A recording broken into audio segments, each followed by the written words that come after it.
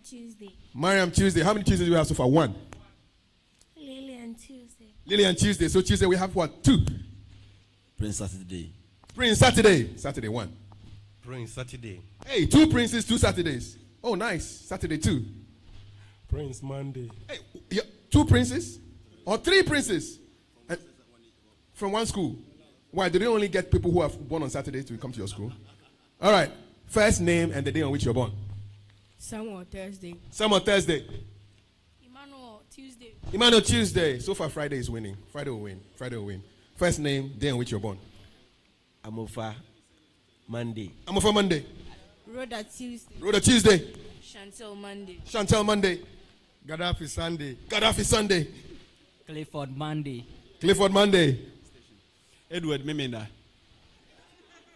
Memeda is Saturday. All right, we take it. Adrina Thursday. Adriana Thursday. Jackson Thursday. Jackson Thursday. Ibram Thursday. From Thursday. Oh, 2 Thursdays already. Daniela Monday. Daniela Monday. Yeah, Richard Tuesday. Richard Tuesday. Divine Wednesday. Divine Wednesday. Who is winning so far? Bezali Thursday. Bezali Thursday. Bezali Thursday. Kind Tuesday. Kai Tuesday. Amazonia. Amazonia, what day of the week? Tuesday. Tuesday. I think Tuesday is catching up to Friday. But so far, Friday is winning. All right. First name, day of the week. Thomas Sunday. Thomas Sunday. Kingsley Wednesday. Kingsley Wednesday. Benson Saturday. Benson Saturday.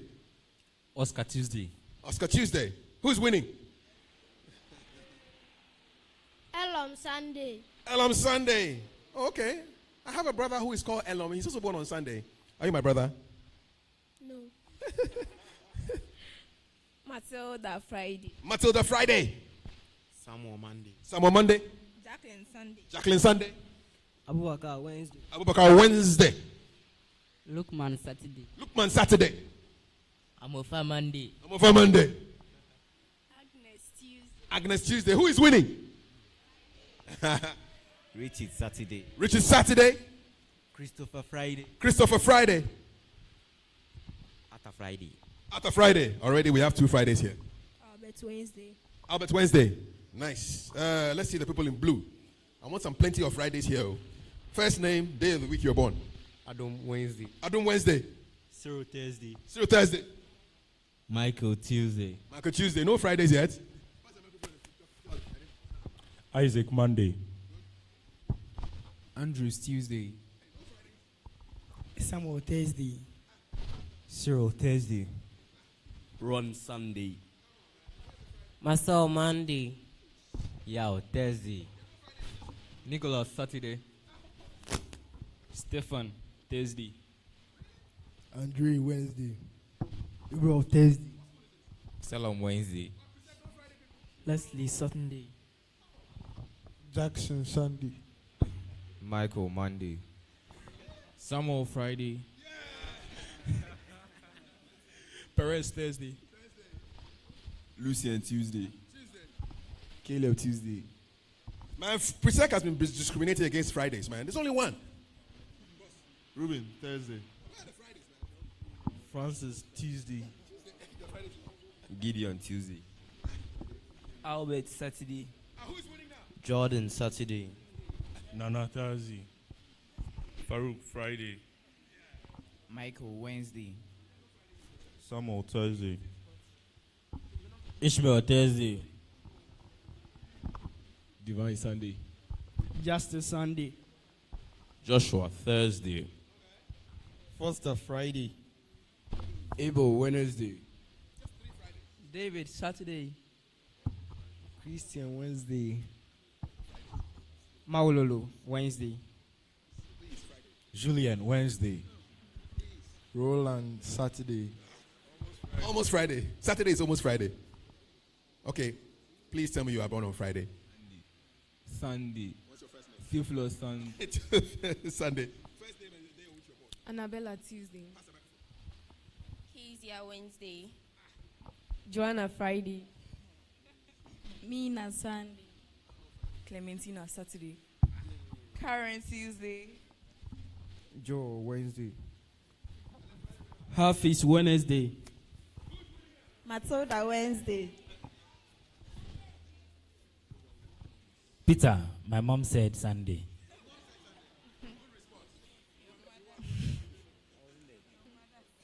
Rhoda Sunday. For treasure, Monday. Jeremiah Sunday. Sam Friday. Gabriel Sunday. Renee Wednesday. Chris Joyce Tuesday. I think I should stop this competition. Friday is last now. We are last. Eastwood Friday. Thank you. Brain Sunday. Salim Thursday. Cruz Thursday. John Wednesday. Where are the Fridays in this house, man? Nobody here is born on Friday. Charlie, we are last, so Friday people. They've all gone where? Well, it's Friday, right? It's their holiday, right? They've got no, they are here with us. We just can't see them. Let me ask the adults. First name, day on which you were born. Jacqueline Friday.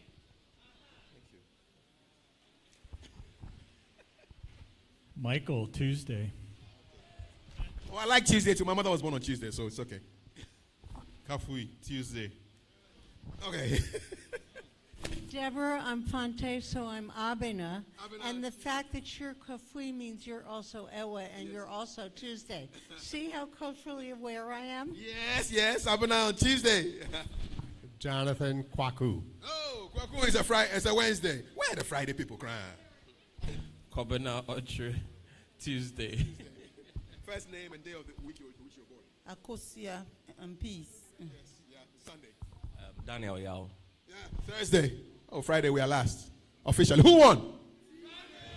Who won? Should we count the votes? Thank you very much. I think we can start the show now. So let's have some music and then we start the show. Thank you so much for your attention.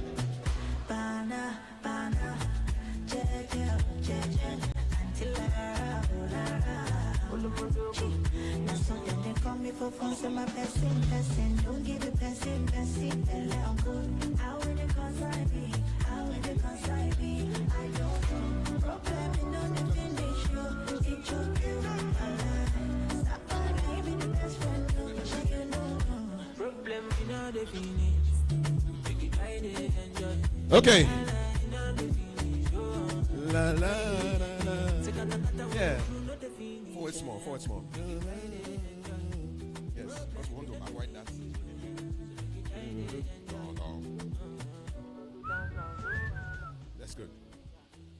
Okay.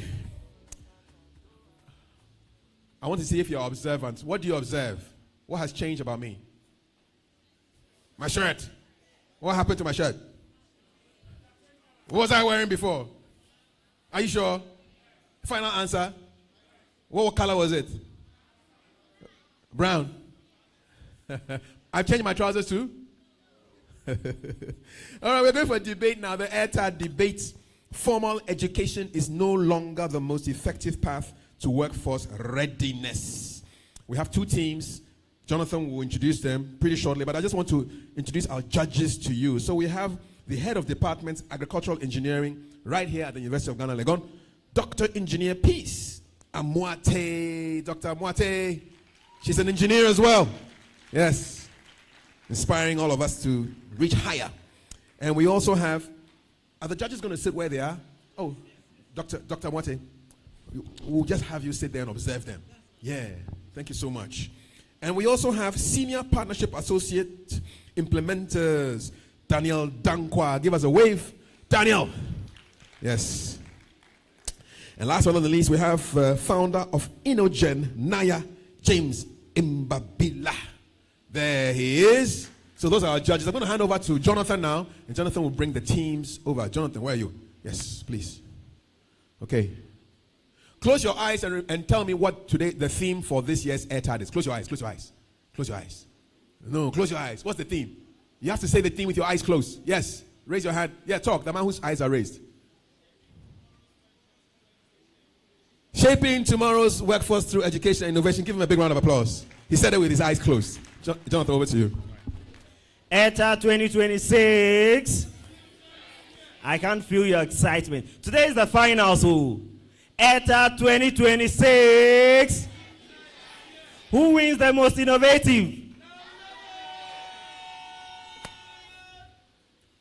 All right, so we are going to have an interesting debate.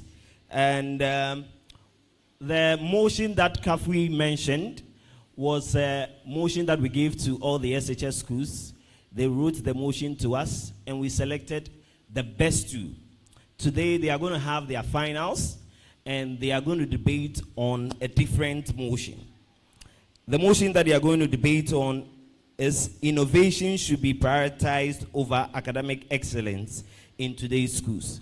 Who agree with that? Innovation should be prioritized over academic excellence in today's schools. I know some people are against it, some are for it, but let's see what the two sides will argue about. Now we have Laboni Senior High School qualifying to the finals. We'll have their debaters climb up stage. 3 of them. Then we have Accra Academy School also going to the finals. 3 of them.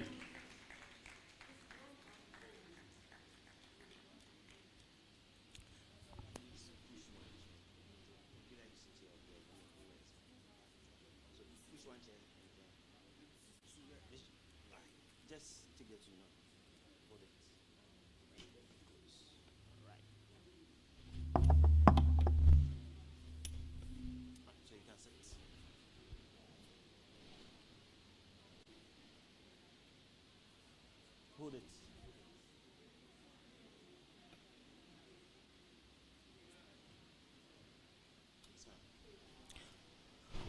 All right. Now, each school has 15 minutes to argue their point. The principal speaker has 7 minutes. The first supporting speaker has 5 minutes. And the second supporting speaker has 3 minutes to argue their motion. So we want to know, Laboni, are you for the motion or against the motion? Against the motion. And you are for the motion. Okay. So Laboni is against the motion and Akraka is for the motion. I'll therefore invite Doc so that she comes up and set out the rules for us.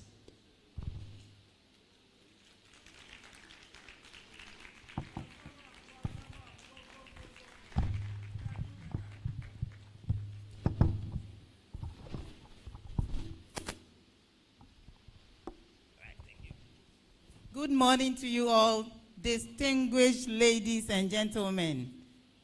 I believe you are very excited as much as I am. Good. You can see some excitement and energy in me, right? Yes, yeah. And you know, I'm an engineer, so I'm always like this. Yes, I'm always full of energy. Yes. So it's a beautiful morning. Thank you, our partners, our founder, our collaborators. School of Engineering is collaborating with you in this, so we are always excited to have people like you, implementers. Thumbs up. Students, this morning we are here to celebrate some brilliance, right? We are here this morning not to just have a competition, but more than a competition, we want to embrace some deep thinking, critically thinking through issues and arguing them clearly and persuasively. Yes. So, contestants, it's your day. And I want you to be as excited about it as I am. I mean, we are all here. We want to learn from you. We want to hear you out.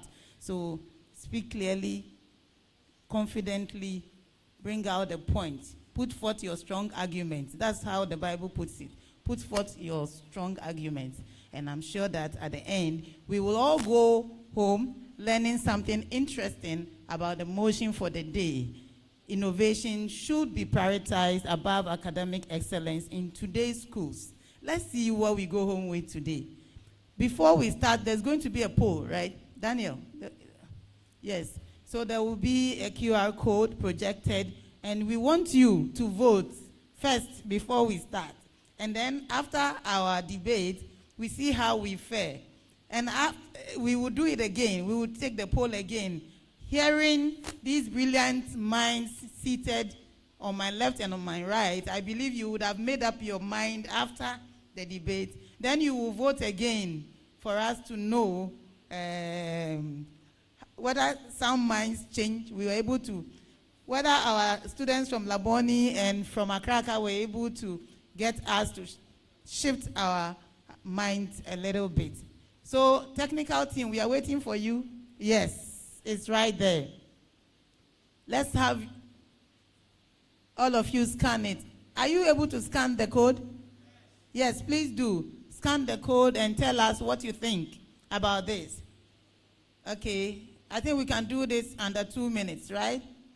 Yes, and then we get started.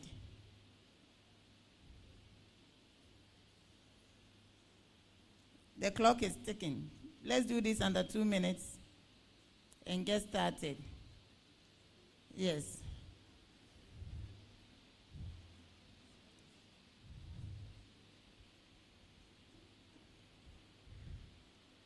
Yes, I can see people busily scanning. Yes, scan the code and share your thoughts. And let's see how our students are able to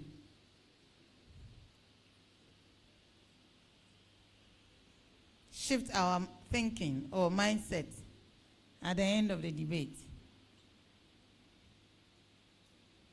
Yes. Are we getting some responses? Technical team. Are we getting some responses?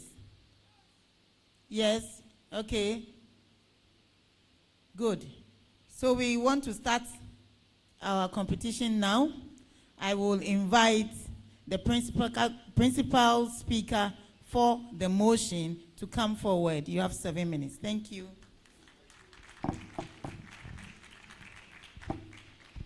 Hello.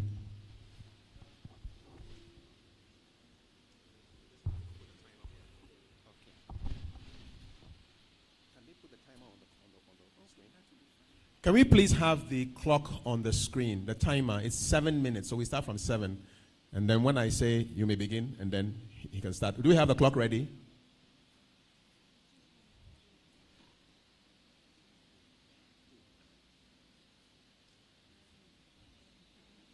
Do we have the clock ready? We need to see it.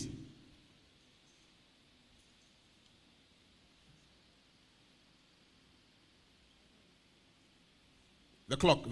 The 7 minutes.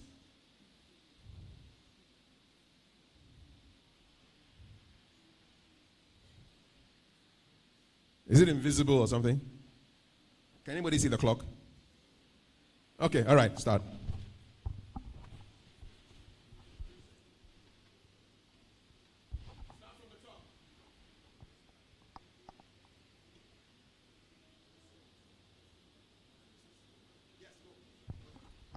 Kofi, who always topped his class, memorized every formula. But when all the power and the lights in his village went out, he had no solutions. But Amma, who always struggled with grades in school, built a simple solar lamp and lit up the entire community. It was at that moment that I realized that innovation can do best what academic excellence cannot do. The chair, honorable judges, respected timekeeper, most intellectual co-debaters, ladies and gentlemen. Education is supposed to prepare students for the world they are entering, not the world that existed a decade ago. However, schools today still measure success through grades and examinations, while the real world out there estimates success through creative thinking, practical learning, and innovation. On the proposition, we believe that this mismatch is dangerous and therefore strongly stand in support of the motion, and I quote, innovation should be prioritized over academic excellence in today's schools. I am Gabriel Chum Arthur from Accra Academy. As the principal speaker, permit me to clarify this debate. 1. According to the UNESCO, United Nations Educational, Scientific, and Cultural Organization, innovation refers to the process of creating, implementing, and improving a new idea, method, or product to solve problems or enhance efficiency. 2. According to the Oxford Learner's Dictionary, prioritize means to treat something as more important than others. 3. According to the Cambridge Dictionary, academic is an adjective related to schools, universities, and colleges, and is connected to studying and thinking. And finally, excellence, according to the Merriam-Webster's Dictionary, is identified as the quality of being excellent, that is, being very good of its kind. Now, with that stated, our position as a team is simple. We are not saying that academic excellence is useless. We are just saying that innovation should come first. Schools should create thinkers, not just memorizers. The process of education is to prepare students to solve problems, not students who can repeat information. Why? 1. Innovation determines success in today's economy. According to LinkedIn's global trends, 90% of employers value creativity over academic excellence. The World Economic Forum also estimates that technology and automation is expected to transform millions of jobs. Good grades no longer guarantee success. Even countries that focus on innovation, like Finland, emphasize creativity, critical thinking, and problem solving instead of excessive standardized testing. You see, excessive focus on grades harms students. According to the World Health Organization, students with mental conditions are mostly in the globe, and also academic excellence and academic pressure is identified as the most contributing factor to this in most educational systems. The chair, if we focus on academic grades, then students will graduate with certificates but without real-world skills. 2. Innovation improves academic learning itself. In research education, students are seen to remember more of what they learn through active learning methods like practical learning, problem solving, and critical thinking as compared to passive memorization. According to national training laboratories, students remember about 75% of what they learn through practice as compared to the 5% of what they learn through active learning and memorization. The chair, a student that builds something like Amma understands concepts more deeply than one who memorizes notes. Innovation therefore improves academics rather than weakening it. 3. Excessive academic pressure harms students. According to the World Health Organization, mental health conditions affect a significant portion of adolescents globally, and academic pressure is identified as the most contributing factor in schools. The chair, excessive focus on grades creates anxiety, loss of confidence, and fear of failure. Innovation rather improves experimentation and resilience. Students learn better when they are allowed to try, fail, and improve. A system that punishes mistakes destroys creativity, but a system that encourages innovation builds confident learners. 4, innovation produces problem solvers for society.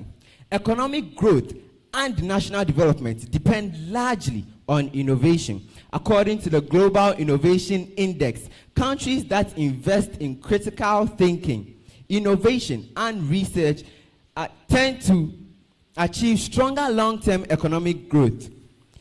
We need young people that can solve global issues like unemployment, technological gaps, and environmental issues.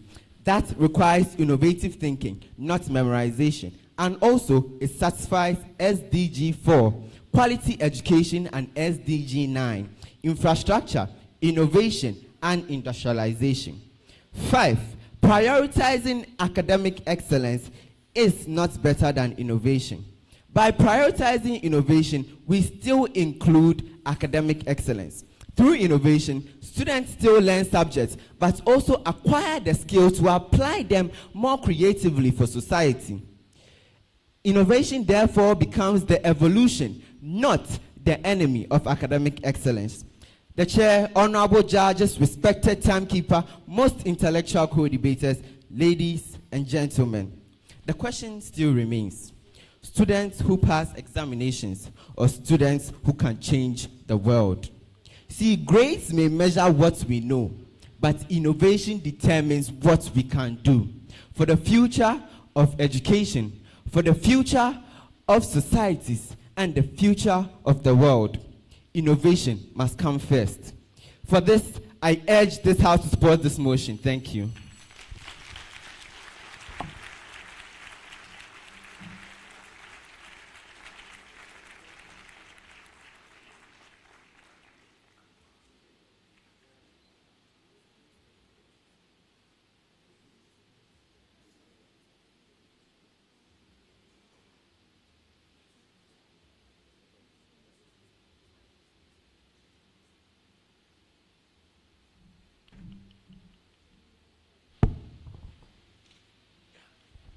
Thank you, Accra Academy. Now we call on the principal speaker of Laboni Senior High School. And when she is done, the first supporting speaker from Accra Academy will come upstage in that order. Okay. Thank you.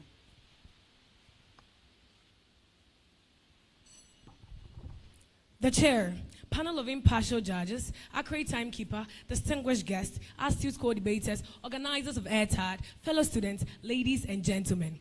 I deem it a great privilege and honor standing before this prestigious house to debate on the most crucial topic, which is, and I quote, innovation should be prioritized of academic excellence in today's schools. The chair, kindly permit me to expatiate certain key terms in the motion to clarify our stance. Academic excellence is the demonstrated ability to perform, achieve, and exceed in scholastic activities encompassing high grades, deep conceptual understanding, critical thinking, and a deep passion for learning. According to Cambridge Dictionary, academic excellence is simply the state of being very good at school or studies. History teaches us a very powerful lesson. Before the first airplane touched the sky, someone had to learn the laws of physics. Before life-saving surgeries were performed, someone had to master anatomy. The greatest scientists, doctors, engineers, and thinkers did not just begin with innovation, they began with education. Before technology transformed our world, someone sat in the classroom and learned. They studied, mastered principles, and built foundation. Great innovation has never been born out of ignorance. It has always been built on knowledge. Yet, we are asked to believe that innovation should be prioritized of academic excellence in today's schools, as though creativity can stand without foundation and brilliance can exist without discipline. But I, Princess Nanajwa Ohiniwa Ejokum, the principal speaker for Laboni Senior High School, stand firmly and unapologetically against the motion which says, and I quote, innovation should be prioritized of academic excellence in today's schools. This is because without academic excellence, innovation becomes just a random attempt to work. Some accounts may probably call it, I know you know, Trebidi. To begin with my first point, Mr. Chairman, academic excellence improves innovation. Innovation does not stand in isolation. Innovation does not stand alone. Innovation is built, or it stands on academic knowledge. The Organization for Economic Cooperation and Development PESA reports that students who perform strongly in mathematics, English, and science demonstrate higher levels of complex problem-solving skills. These very skills innovation depends on. Listen, you cannot solve advanced problems if you do not understand the basic principles. Before Elon Musk built SpaceX, rockets, and Tesla, he studied physics and economics. Before some doctors could develop new life-saving techniques, they had to study anatomy and psychology. Even before software developers developed our so-known AI, which is artificial intelligence system, they had to master mathematics and algorithm. Innovation without the mastery of academic knowledge is not balanced. It is gambling. And education is not a casino. Prioritizing innovation over academic excellence hinders development, which is why my team and I stand firmly against the motion that we should prioritize innovation over academic excellence. Moreover, Mr. Chairman, the real world awards or rewards competence, not ideas.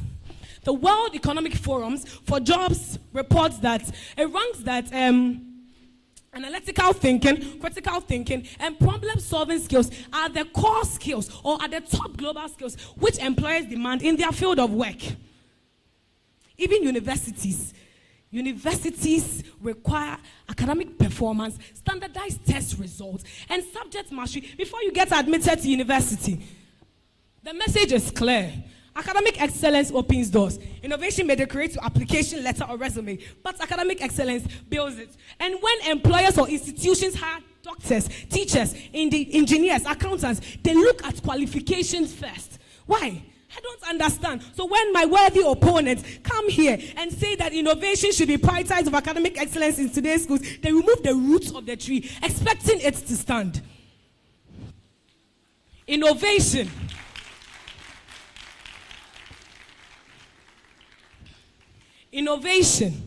without academic knowledge, like I said before, cannot work. Furthermore, ladies and gentlemen, in addition to my argument,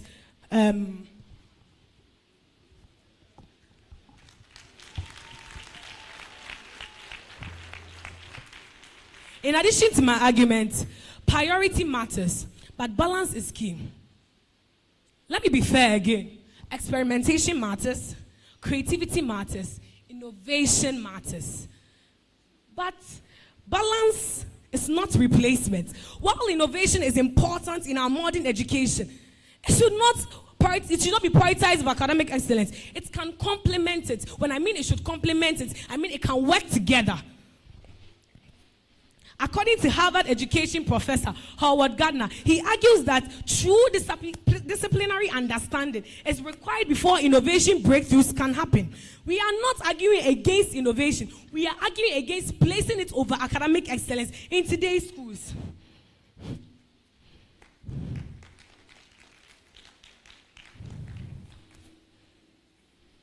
The chair, there is a general misconception I would like to clear. There's a general misconception that many successful people didn't need academic excellence. Yes, many famous people may have not succeeded without academic excellence, but those people are rare. Most successful people studied hard, learned carefully, and mastered principles. Let's take a look at Elon Musk.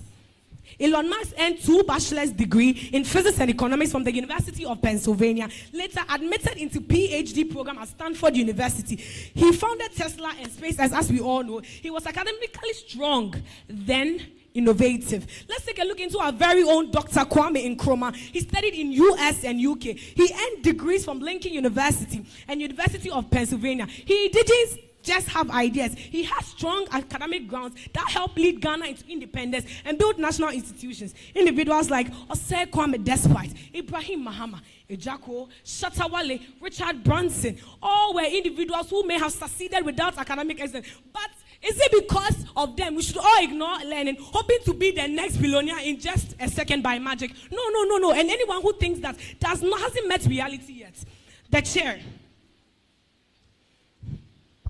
The chair, ladies and gentlemen, in conclusion, some may say academic excellence is boring memorization, which is wrong, because academic excellence teaches critical thinking, problem solving, and it helps make innovations exist. Mr. Chairman, panel of impartial judges, accurate timekeeper, distinguished guests, astute co-debaters, fellow students, organizers of Airtad, ladies and gentlemen, innovation and academic excellence are not enemies. Whereas if you are forcing us to choose, then let's be honest, innovation without academic excellence is not balanced. I urge you, my fellow respected opponents, and the House to side with me against the motion which says innovation should be prioritized for academic excellence in today's schools. Thank you.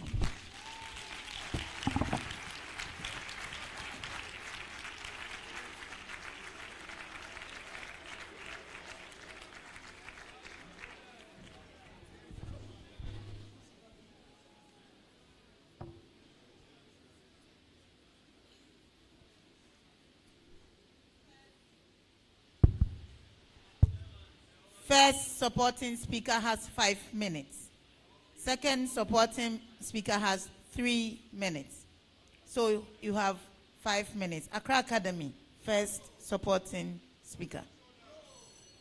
The chair, panel of judges, accurate timekeeper, co-debaters, fellow students, ladies and gentlemen. I am Erika Muzu, the first supporting speaker from Accra Academy, and I rise to support the motion that innovation should be prioritized over academic excellence in today's schools, quote and unquote. The chair allowed me to debunk some points raised by my opponent. They said prioritizing innovation will lower academic standards, but I say it raises them by demanding understanding, not just recall. Again, some say that not all schools have the resources for innovation, but I say innovation is about the mindset and not about money. Lastly, some also say that innovation is not suitable for basic or secondary schools and is suitable for higher education. But I say, you don't teach thinking after schooling, you teach thinking during schooling. After clearing the dumbfounded arguments in the atmosphere, allow me to do an extension on our side of the motion. But before that, my principal speaker has already shown that global workforce is changing rapidly, and active learning improves academic outcomes, and excessive academic pressure harms students. I will now deepen my argument on these 3 key extensions. 1, innovation is the foundation for long-term academic competitiveness. According to the Global Innovation Index, countries that have been ranked high of innovation are Sweden, Switzerland, and Singapore, and also maintain economic stability and gross domestic product per capita.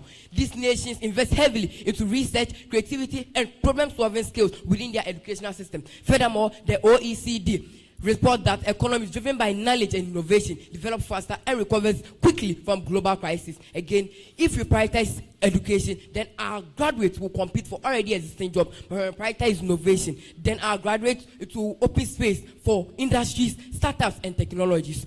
2, traditional academic excellence in reinforcing inequality. Standardized testing systems tends to reward students with better teachers, better resources, and supportive environment. According to the OECD education studies, students from higher background consistently overpower disadvantaged students. Purely exams-based resources. Innovation values creativity, collaboration, experiment, and diverse thinking skills. It allows multiple intelligence to be recognized, not just memorization speed. If we prioritize education, it narrows success into a single metric. But when we prioritize innovation, it broadens opportunity. A student might not excel through academic excellence, but might excel through design thinking, coding, and engineering projects. If we prioritize innovation, then it will open space for talents to flourish. Thirdly, innovation prepares society for future uncertainty. The COVID-19 pandemic demonstrated that global systems can be changed within months. Education shifting online and industries adapted rapidly. According to McKinsey's research, digital adoption accelerated several times in shorter periods during this pandemic, meaning students that adapt academic excellence mostly do not get the higher scores, but students which are comfortable with technology, critical thinking skills, and problem-solving skills get the higher scores. They learn how to learn, they learn how to adapt, and they learn how to solve problems creatively. Now, let's weigh this debate. Academic excellence brings about individual scores, but innovation brings about collaboration and problem-solving skills. 2, academic excellence brings about answers, but innovation brings about better questions. The chair, now in conclusion, what do education tend to bring? If you want exam achievers, then let's prioritize education. If you want architects, teachers, doctors, scientists, let's prioritize innovation. For economic growth, for national progress, for national integrity, fairness and resilience, we should put innovation first. For these reasons, I stand firmly for the motion that innovation should be prioritized over academic excellence in today's schools. Quote and unquote. Thank you.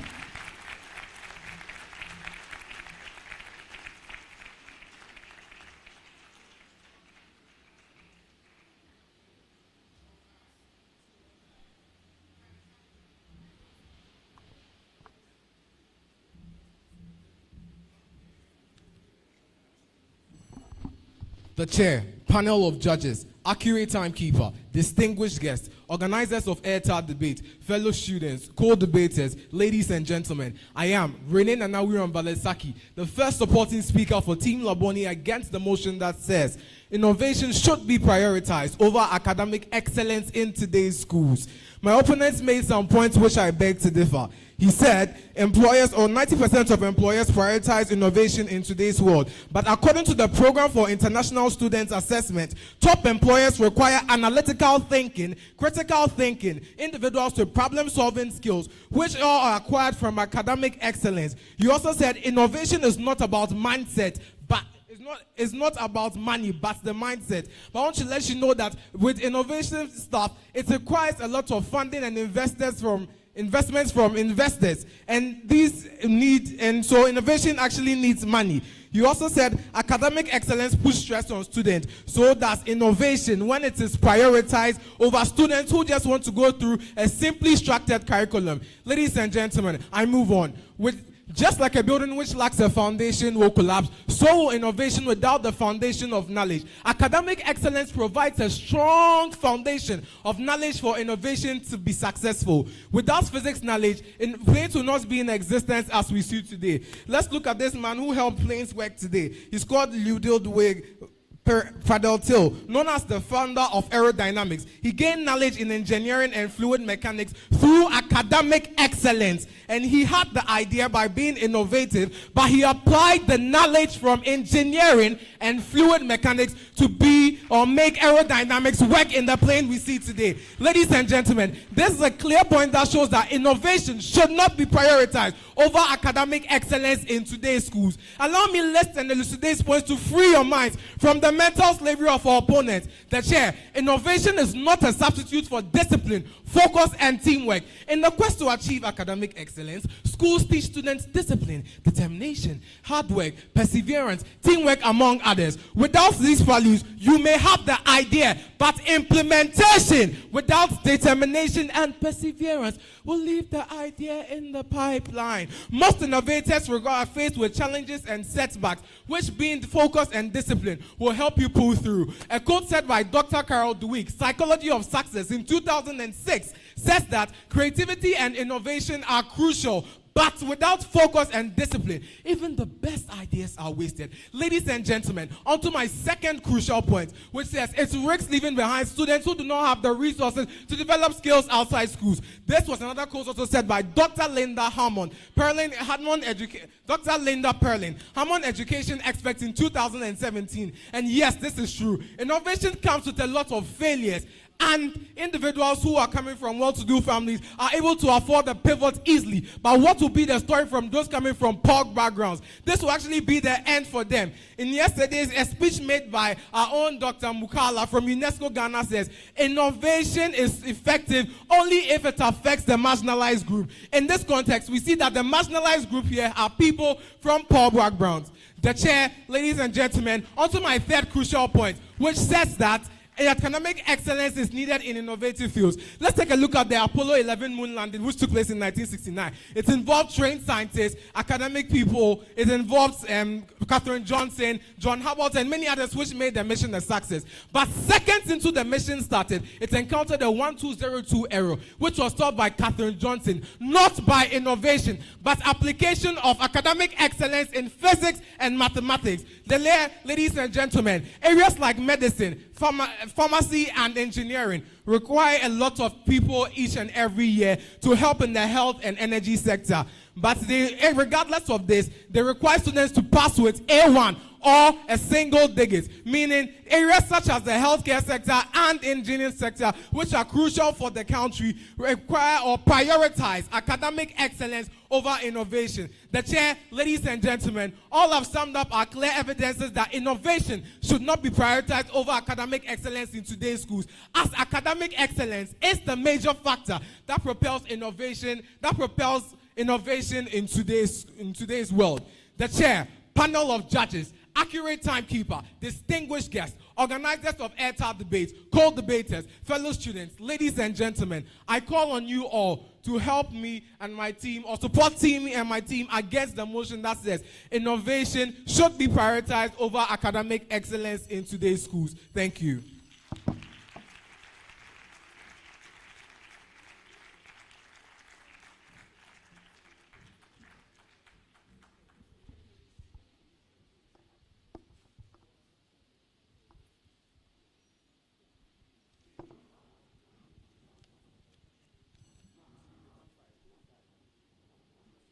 Second supporting speaker has 3 minutes. 3 minutes. Most nations, including Ghana, embracing innovation would have strong industries, be innovative, and have a resilient infrastructure by 2030, according to the SDG Goal 9. Our parents had to go to the market to shop for our textbooks and our notebooks and spend a lot of money. But now, because of innovation, GS has shared a lot of tablets that can do all in one and help us with hands-on learning. The chair, panel of judges, accurate timekeeper, fellow debaters, ladies and gentlemen, I am Jamaluddin Ahmed, the second supporting speaker for the motion, innovation should be prioritized over academic excellence, quotes and unquotes. Through the course of our debates, we have consistently shown why innovation should be prioritized over academic excellence, giving 8 strong and compelling points, which are 1, innovation determines a strong and surviving economy. In our world where 44% of our hands-on learning and core job skills require a change within 4 to 5 years, innovation and creativity are not luxurious, but are necessities. 2, innovation strengthens academic excellence. Research shows that students in active learning classrooms perform better than those who rely on memorization alone. 3, excess pressure on academic harms students, with global mental health concerns rising. Systems that are obsessed with grades tend to produce anxiety than results itself. 4, innovation creates problem solvers for society. Nations advance not because of academic excellence, but because of innovative creativity that can solve real-life problems. 5, prioritizing innovation does not remove academic excellence. It rather ensures that students do not just learn information, but know what they use this information for. 6, innovation drives a long-term economic growth. The most innovative nations demonstrate a strong and resilient economy. 7, innovation reduces the inequality in our educational systems.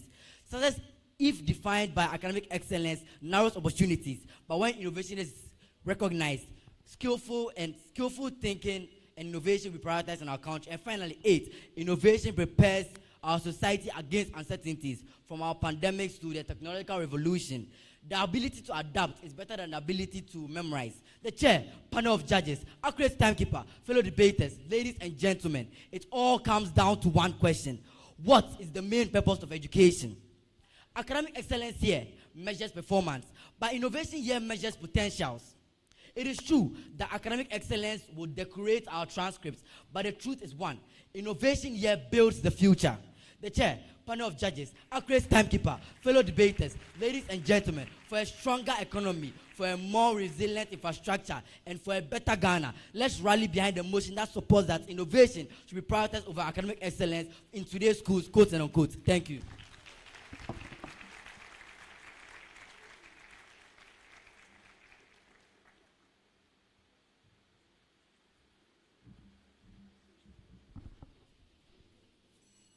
The chair, panel of impartial judges, accurate timekeeper, distinguished guests, Airtad shakers and movers, co-debaters, fellow students, ladies and gentlemen. My name is Chris Joyce Nakote, and I'm the second supporting speaker for my team, Laboni Senior High. My dear opponents did so well to elaborate on the need of cognitive skills to make innovation successful. But let me tell you that according to the Organization of Cooperation and Economic Development 2026-2025 Volume 5, it says that Academic excellence in fields such as mathematics and science are statistically linked to strong economic growth and high global innovation index. Countries such as Singapore and Finland, as my opponents mentioned, are yes progressing in innovation. That is because they have one of the highest student assessments in the entire world. Another example is Korea and Japan and China. They are doing so well when it comes to innovation. That is because they take academic excellence so high. Have you seen how high their marking scheme is? In Ghana, 80 is A. Over the 95 is A. That is why they are progressing so much. I should draw the curtains on this debate. It is clear that the core of this debate is not whether innovation matters, because we all know that it does, and it's a necessity in the modern world, but rather the question the motion poses: should we prioritize innovation over academic excellence in today's schools? It is clear that our answer is no, and the following salient points based by my teammates are: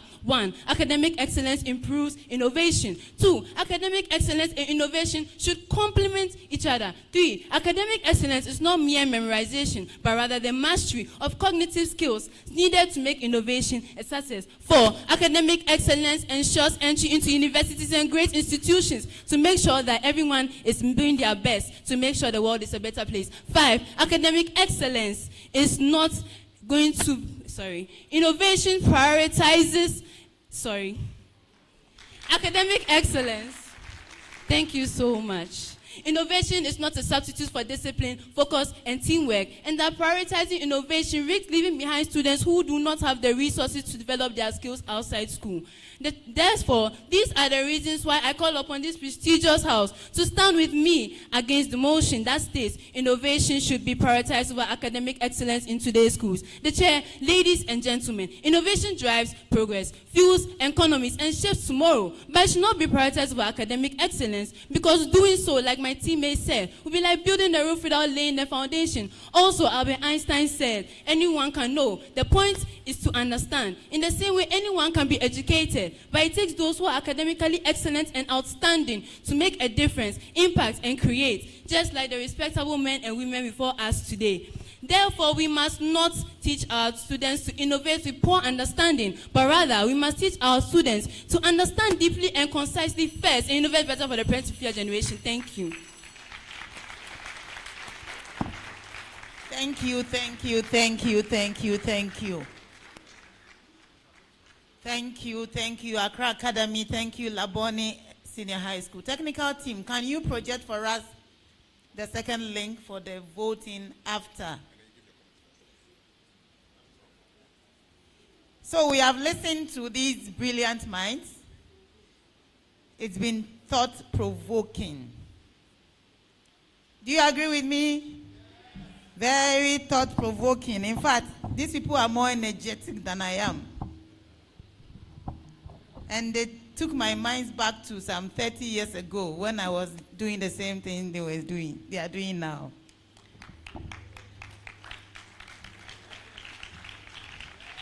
Yes. Very, very energetic, and that's very good for Mother Ghana. Good. It's been a wonderful time. It's been exciting, strong arguments on either side. I will attempt to reiterate some of the points in favor of the motion and against the motion. So our motion, once again, has been innovation should be prioritized over academic excellence in today's schools. So we had Accra speaking for the motion with several points saying that we need to create thinkers and not people who only memorize and regurgitate. Another point is that employers need or they value creativity, not people who just memorize concepts. Another point made is that technology drives success. So nations that promote technology are successful. They mentioned that innovation actually improves academic excellence. So innovation should be prioritized. Another point made is that academic excellence focuses on grades or scores, but creativity does more. Academic excellence causes anxiety and pressure. Innovation creates an environment that enables learning and critical thinking. Innovation, you see, I took a lot of notes, so I'm trying to summarize them. Innovation is evolution. Grace is about what you know. Innovation determines what you can do. I think I've attempted to give quite a number of the points they put forth. Let's see some points against the motion.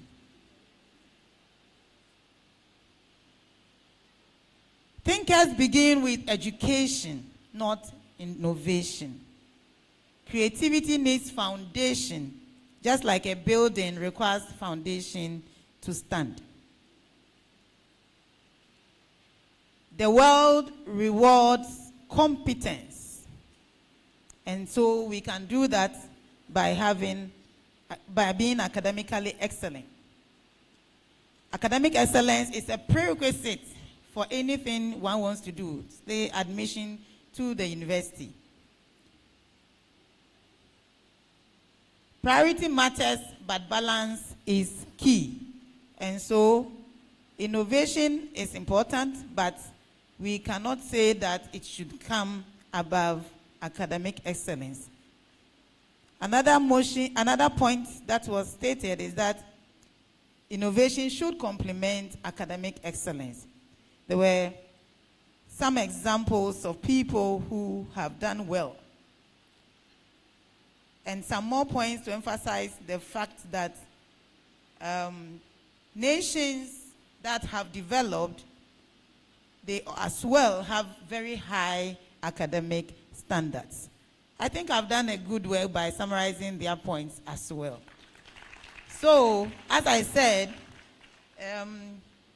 it's been thought-provoking. I'm still processing it. So I'm sure if you have also processed it to some extent, attempt scanning the code and then sharing your view. Let's see how many of us have shifted goalposts. I think I will leave that to when the results will be declared for you to share one or two things, whether your stand has changed after listening to these brilliant minds. So, on that note, organizers and partners, distinguished ladies and gentlemen in this hall, I want to congratulate Accra Academy, young, brilliant minds for their extempore delivery and putting forth their strong arguments. Thank you. I also want to congratulate the energetic group from Laboni Senior High School. Very brilliant way of presenting, and I have learned so much from the two groups. Thank you so much. Ladies and gentlemen, next year it may be you. Or is it you? Are you going to be here next year? Good. So let's learn from our brilliant minds and do better next year. I hope to be here next year to observe what happens here. Thank you very much, ladies and gentlemen, and have a wonderful day for the rest of the proceedings. Thank you.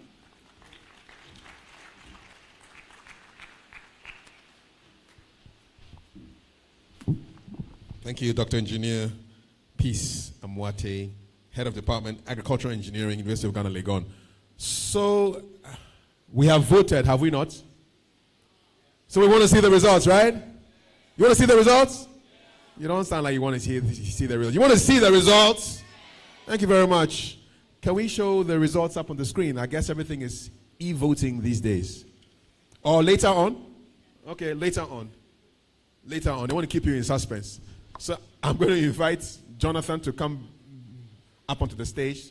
Can we release the debaters from their seats? Please stand. Come and take a photo with yourselves, amongst yourselves. Photographers, where are you? Yes. So probably to the left and to the right. And Just smile and take a nice photo.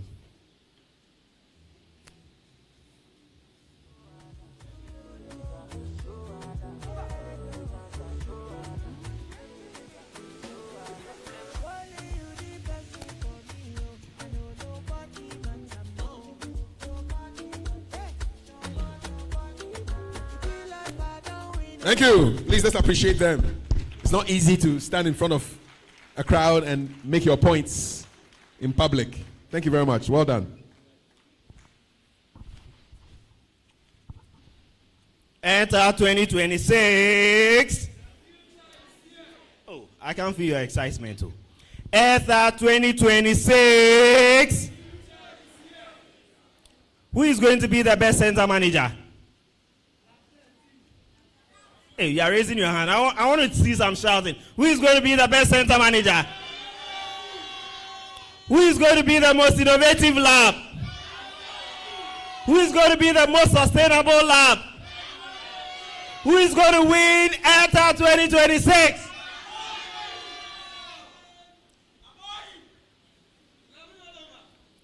All right, so at this juncture, we want to see who wins the competition section, and later we are going to review all the goodies that we have for you.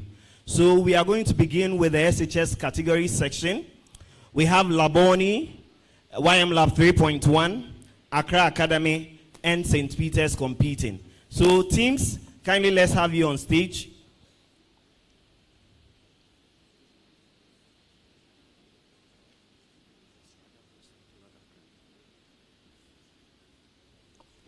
Yes. Presbyterian boys.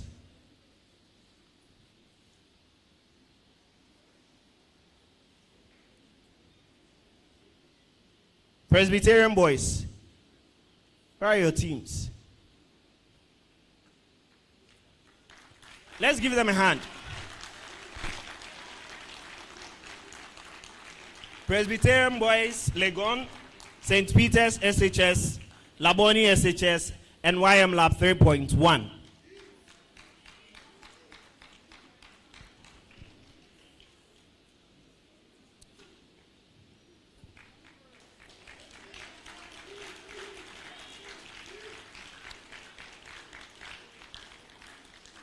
At the end of the contest, we shall see who wins the main competition for Airtad 2026. Now, when I come back, I'll be giving gifts. I have surprises for a lot of people. I'll ask some questions. Whoever gets it right, I have a gift for you. Now, I'll introduce my quiz master. He's Mr. Kwesi Crankson from Academic City University. Let's give him a hand as he takes over from here.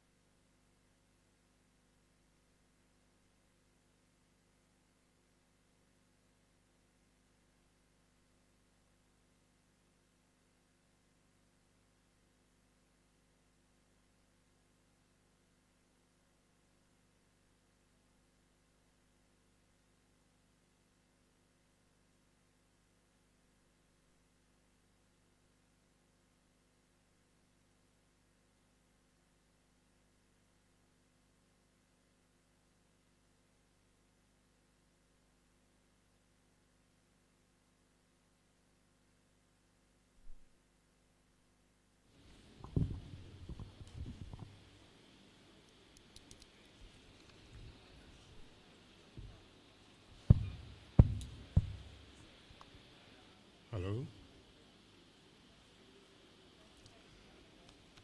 So, Good morning to us all. Hello? Good morning to us all.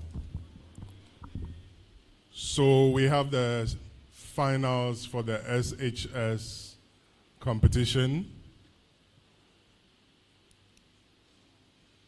We have from my right, St. Peter's, Presec, Lab 3.1, and Laboni Secondary.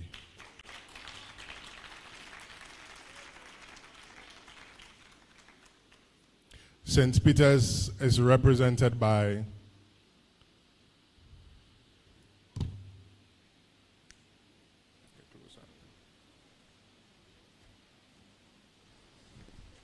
Also, Ivan Wall. Apia Godfrey. Presec is represented by Honor Divine Lieutenant. Honor Divine Lieutenant. Justice Upoku. Lab 3.1 is represented by Mohammed Awal Lukman, representing YM Lab 3.1. After Abidia Kusina High School, Form 2. My name is Abdullah Abubakar. If I'm one student from Asarabedia Kusina High School, representing YM Lab 3.1. and Laboni is represented by Chima John. And I am Eastwood Wealthy. Thank you very much. So for this final competition, we will have 4 rounds of competition. 4 rounds of competition. The first round would be our MCQs. The second round, we would have our true or false statements. The third round, we would have our riddles. And for the fourth round, we would have our problem of the day. Okay? Are we ready? So round 1. In this round, the questions will be posed to each team or school for 3 points if answered correctly. A lab or school will have 1 chance to answer the question. If a lab or school answers wrongly, it will be available for a bonus to all the labs or schools with the fastest buzzer.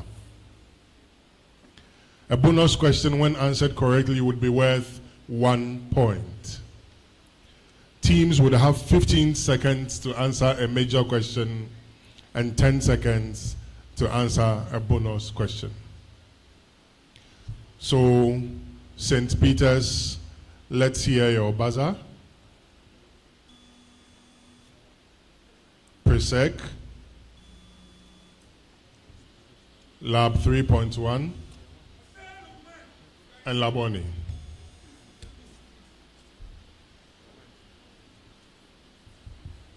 Thank you very much, and all the best to all teams. I start with St. Peter's. Which programming language is primarily used in Spike Prime Advanced Mode? A, Java. B, Python. C, C++. D, Scratch only.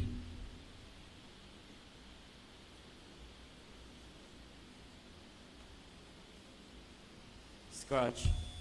No. Laboni. Python. Python is correct. Laboni.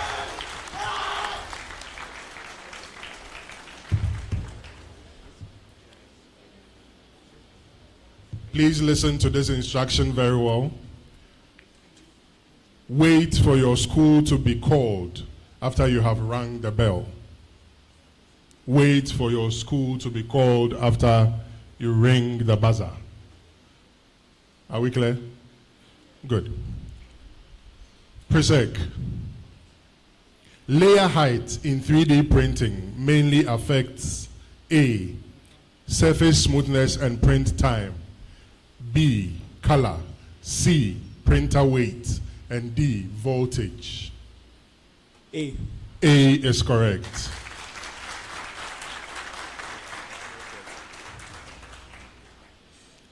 Lab 3.1. Brim and raft are used to A. Increase print speed. B. Improve bed adhesion.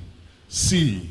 Reduce file size. And D. Change material. Brim and raft are used to A. Increase print speed. B. Improve bed adhesion. C. Reduce file size. And D. Change material. B is correct.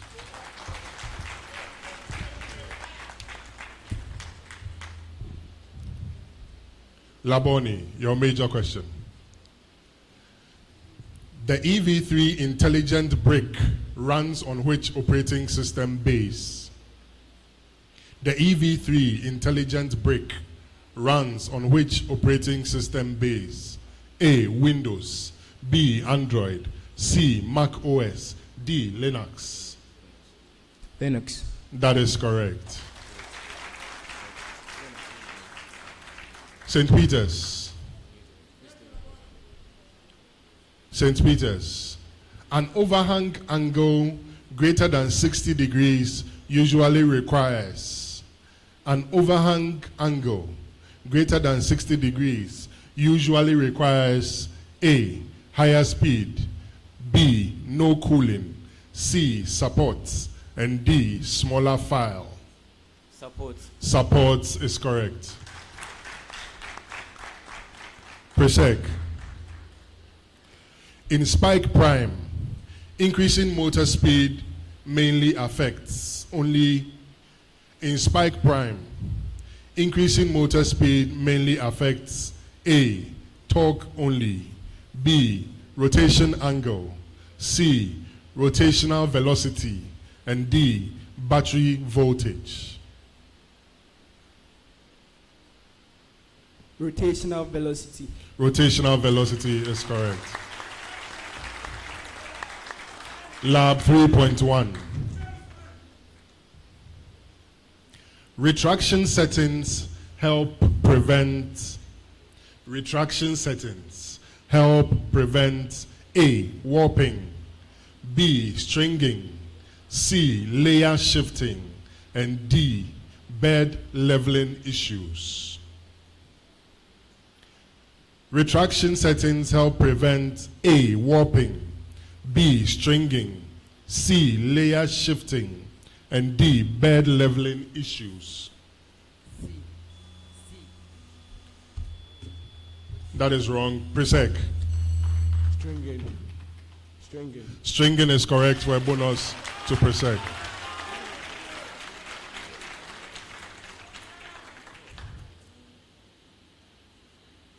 Laboni.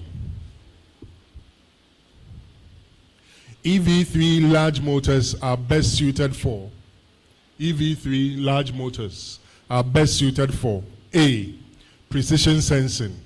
B. High torque movement. C.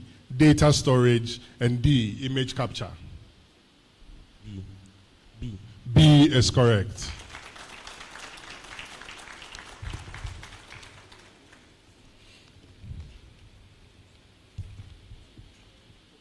St. Peter's.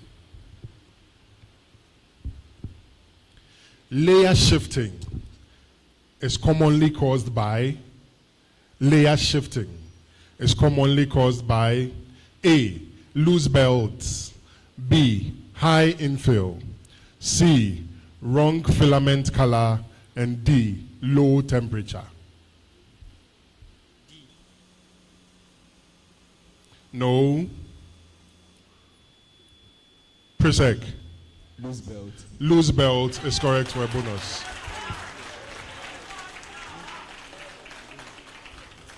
Presec, your major question. A loop block in Spike programming is primarily used to. A loop block in Spike programming is primarily used to A. Store data. B. Repeat instructions. C. Detect colors. And D. Increase voltage. instructions. Repeat instructions is correct.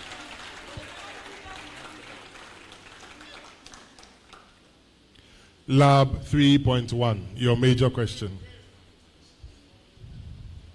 If a spike robot overheats or overshoots a line while line following, the most likely issue is if a spike robot overshoots a line while line following, the most likely issue is A, low battery, B, incorrect threshold value, C, broken motor, and D, wrong cable.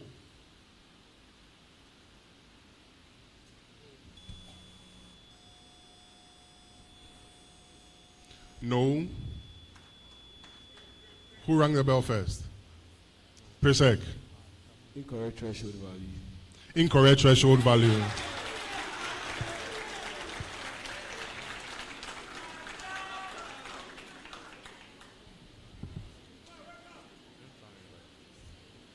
Laboni, your major question. Laboni, which factor most affects dimensional accuracy? Which factor most affects dimensional accuracy? A, print color. B, temperature calibration and stepper turning or tuning. C, file name, and D, USB version. B. B is correct. B is correct. St. Peter's. In EV3 programming, a switch block is used for. In EV3 programming, a switch block is used for A, looping, B, file storage, C, decision making, and D, motor control.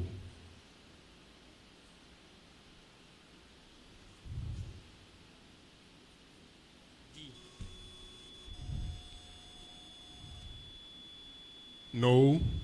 3.1. C is correct. A bonus to 3.1. C is correct.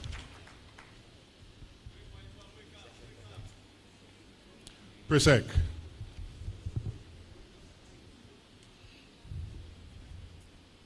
If a print does not stick to the bed, the likely issue is if a print does not stick to the bed, the likely issue is A, overheating, B, too much infill, C, bed leveling problem, and D, wrong file type. Bed leveling problem. Bed leveling problem is correct. 3.1. 3.1.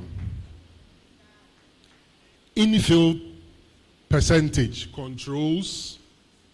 Infill percentage controls A, outer shape, B, internal density of the print, C, nozzle temperature, and D, print color.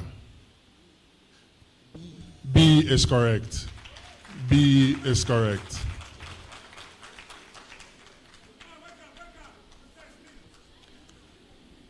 Finally, Laboni.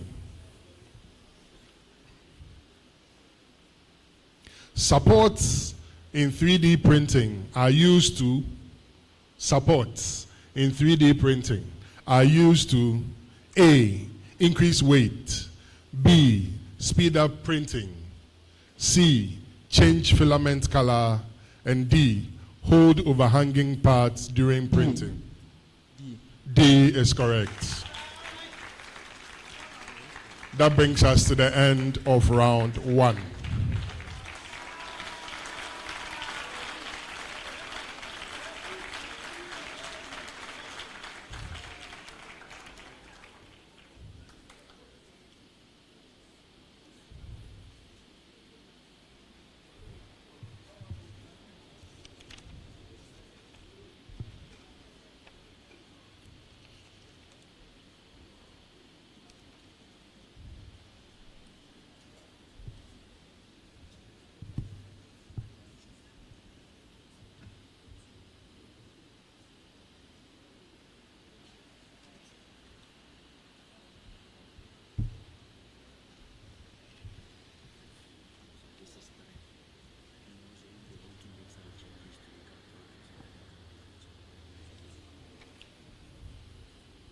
At the end of the first round, Lab 3.1 had 7 points.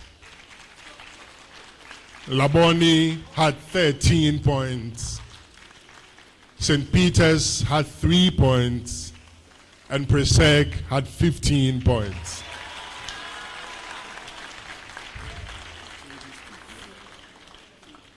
So at this point, schools are allowed to make substitutions.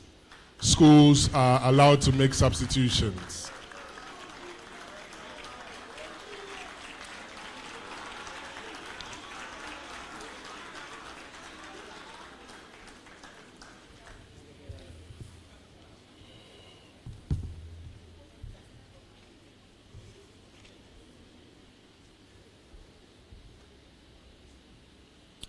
So we move on to the second round where we have our true or false statements.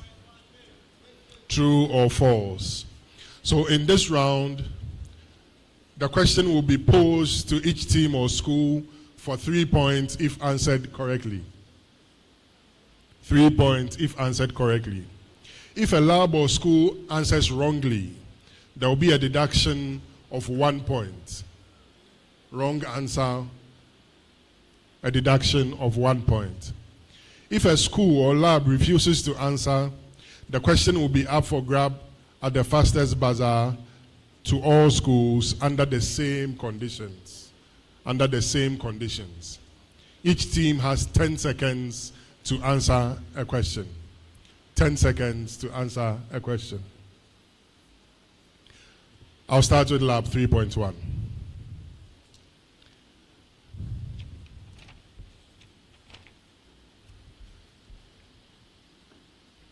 Lab 3.1.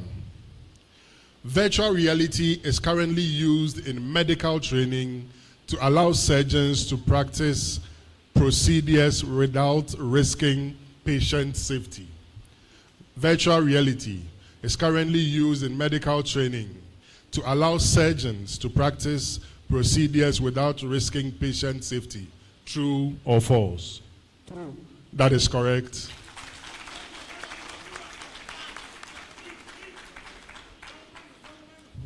Heads-up Laboni. Heads-up displays in jet fighters and modern cars are a form of virtual reality. Heads-up displays in fighter jets and modern cars are a form of virtual reality. True or false? False. That is correct. Presec.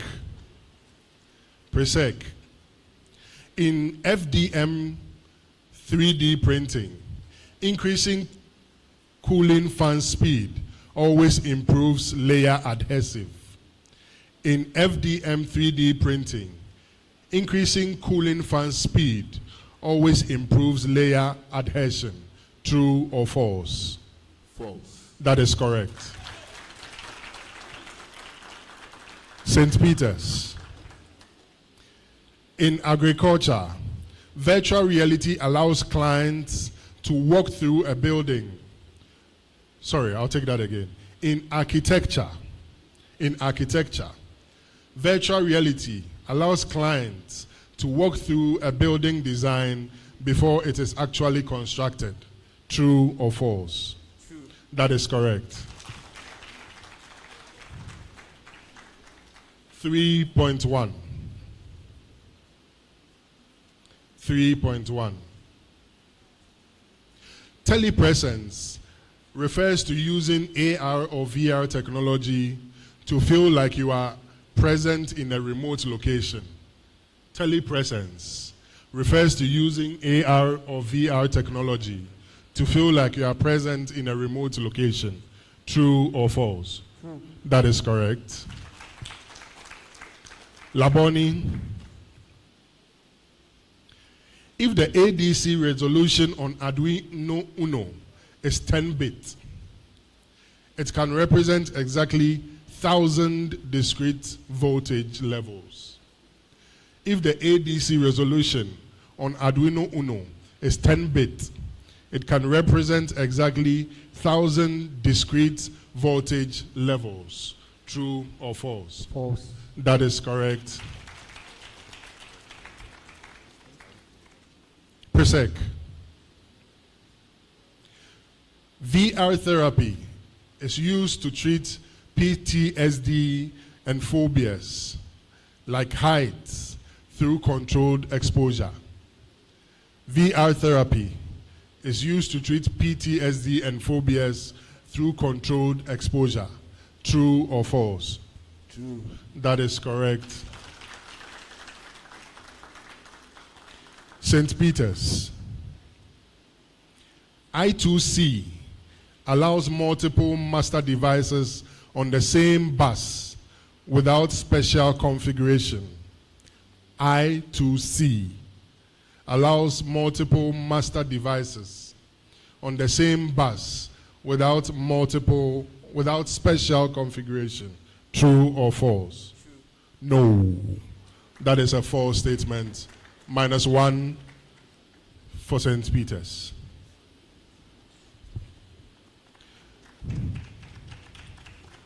Lab 3.1.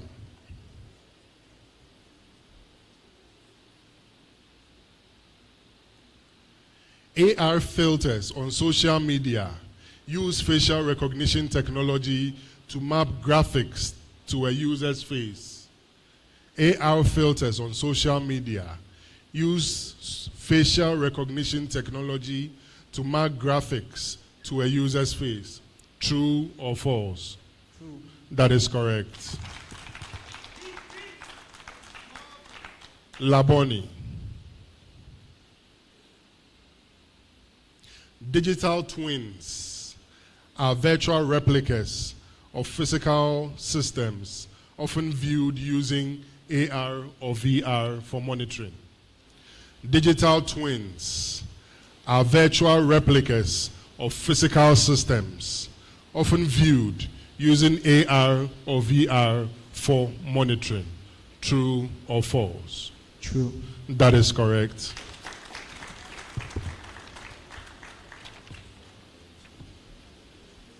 Persec.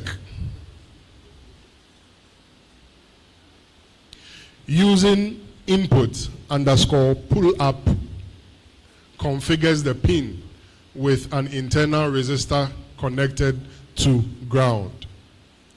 Using input underscore pull up configures the pin with an internal resistor connected to ground. True or false? False. That is correct.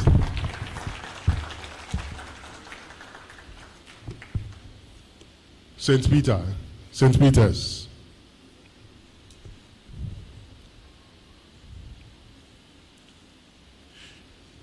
Using a gear reduction system increases speed whilst reducing torque. Using a gear reduction system increases speed whilst reducing torque. True or false? False. False. That is correct.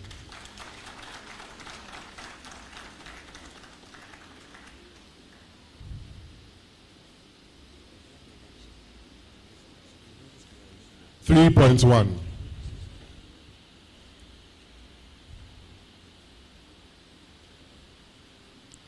Reducing layer height increases surface smoothness, but may reduce mechanical strength between layers if temperature is too low. Reducing layer height increases surface smoothness, but may reduce mechanical strength between layers if temperature is too low. True or false? That is correct. It is a true statement.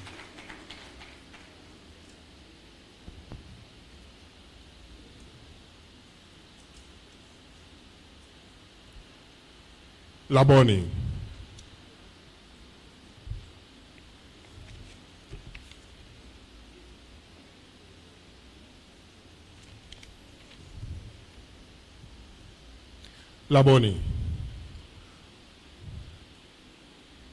Motion sickness in VR occurs when there is a mismatch between what your eyes see and what your inner ear feels.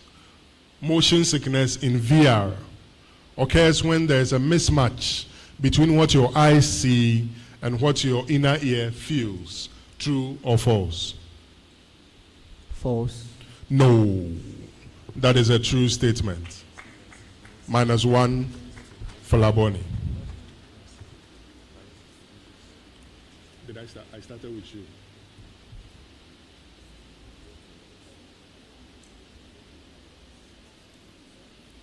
Presec.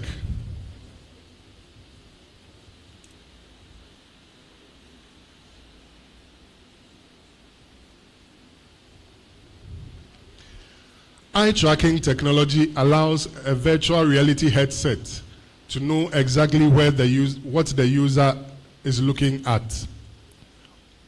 Eye tracking technology allows a VR headset to know exactly what or where the user is looking. True or false? True. That is correct.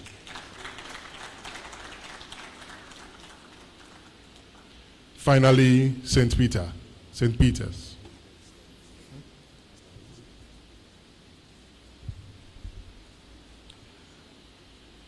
Screen door effect. Screen door effect is a visual artifact where the user cannot see the black lines between pixels in a VR display. Screen door effect is a visual artifact where the user cannot see the black lines between pixels in a VR display. True or false? True. No, that is a false statement. -1 to St. Peter's. That brings us to the end of round 2.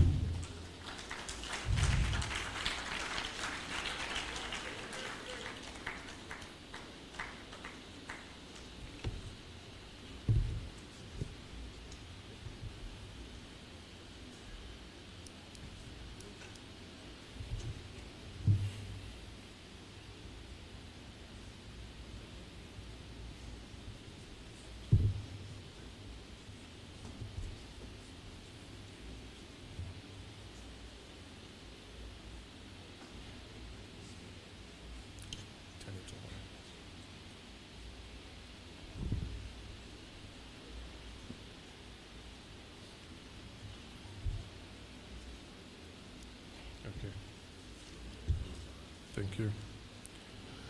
At the end of the second round, Lab 3.1 had 12 points. Laboni SHS had 8 points. St. Peter's had 4 points. And Presec had 12 points.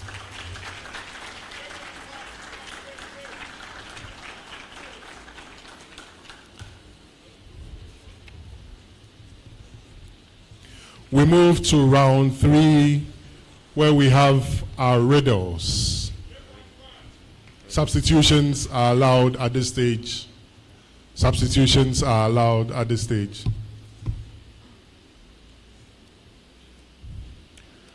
So round 3, we have our riddles. In this round, riddles will be read and schools or lab will press their buzzer to answer the questions. A correct answer provided after the first clue will be 5 points.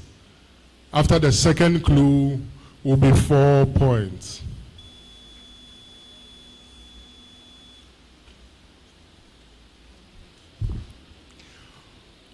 All others will attract 3 points.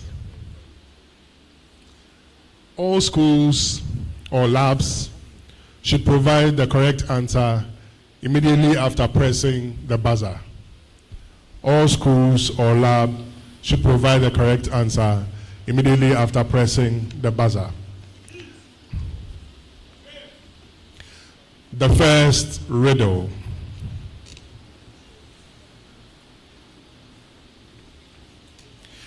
I am a conceptual framework 3.1.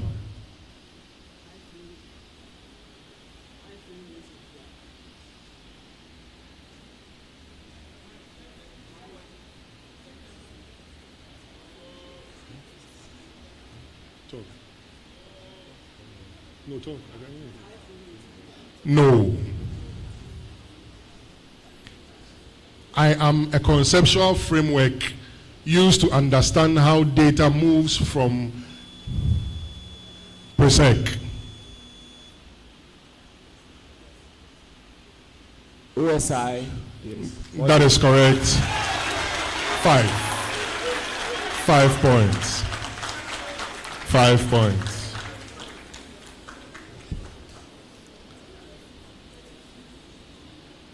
Please check your microphone.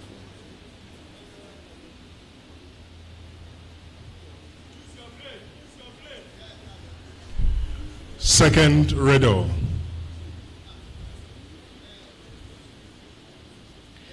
I am your reflection in a world where physical Laboni. An avatar. An avatar is correct. 5 points. 5 points for Laboni.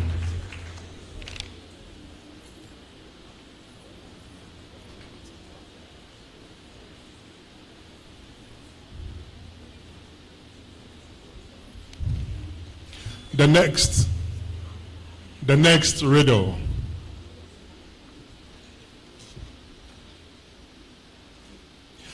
I allow multiple tasks. 3.1.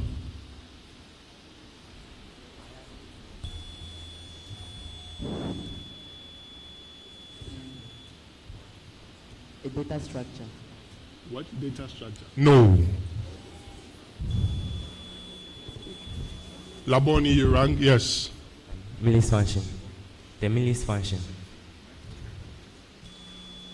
The Millis function. That is correct. That is correct for 5 points. Okay.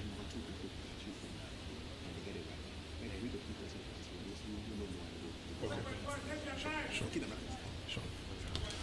So please keep your microphones on. Keep your microphones on. Do not turn them off. Okay? Do not turn them off.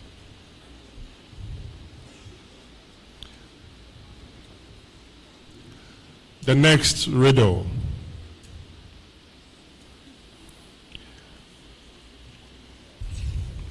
I determine strength.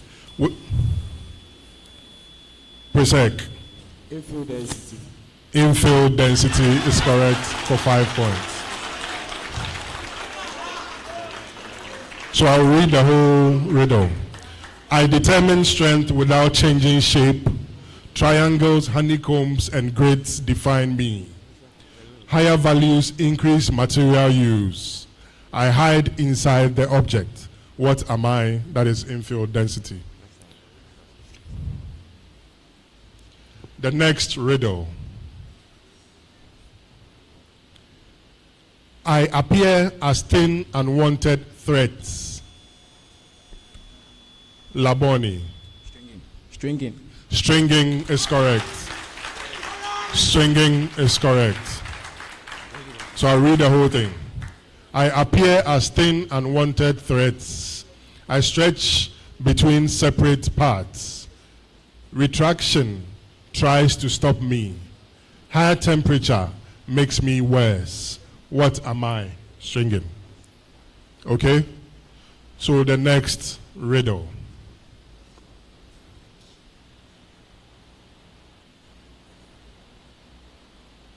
I require a clock per sec. I2C. Inter-integrated circuit. What? I2C communication. No. So I continue. I require a clock to synchronize. Master and slave speak Laboni. The Millis function. No. 3.1. St. Peter. SBI. SPI communication is correct. So that is 4 points on the second clue. 4 points. I require a clock to synchronize. Master and slave speak through me. I use MOSI and MISO lines. I am faster than 12C, I2C, SPI. Okay? The next riddle.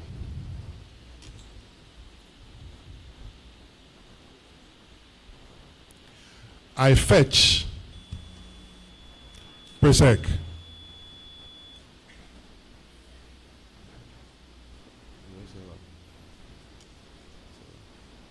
MQQT.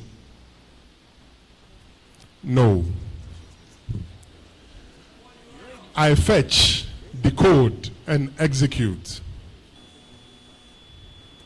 St. Peter's. CPU. No. Laboni. The USB cable. No. So I fetch, decode, and execute. I repeat endlessly. You can't ring more than once. I repeat endlessly. 3.1. The loop block or loop function. Loop function. No. No. It's instruction cycle. But you missed it. You missed it. It's instruction cycle, but you missed it. Okay, so let me read the whole thing. I fetch, decode, and execute. I repeat endlessly at clock speed. Pipelines may improve my efficiency. Without me, programs are meaningless. Instruction cycle. Okay?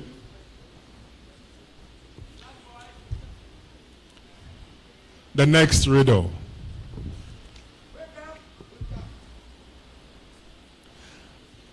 I measure what was done, not what was commanded. I help correct position errors. Encoders are my common form. What am I?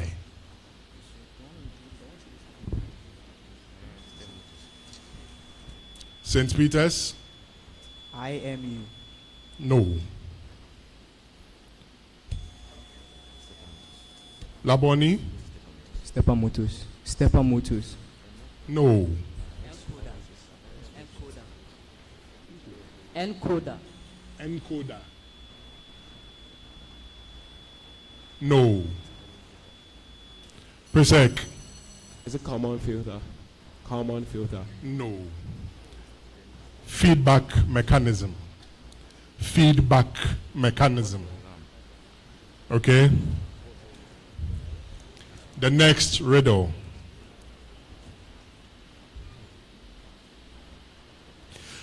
I am neither sensor nor motor, yet I decide between many paths. Laboni. The microcontroller. The microcontroller. No. 3.1. Shield. Shield. No. 4. I saw 4. Yes.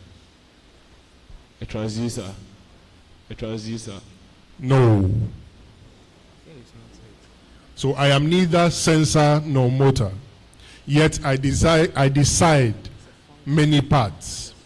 I evaluate conditions carefully. Robots rely on me for intelligence.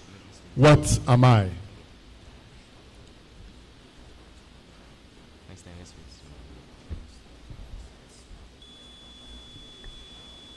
St. Peter's. Processor. Processor. Processor. Processor, no. We are looking at conditional logic or switch blocks. Conditional logic or switch blocks.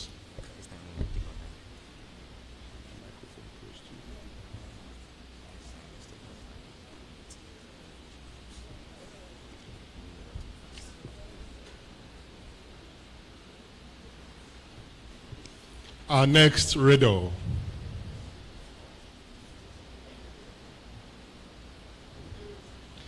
I am the sweet spot on the spectrum between pure physical and entirely virtual. In my domain, Presec. Augmented reality. No. St. Peter's.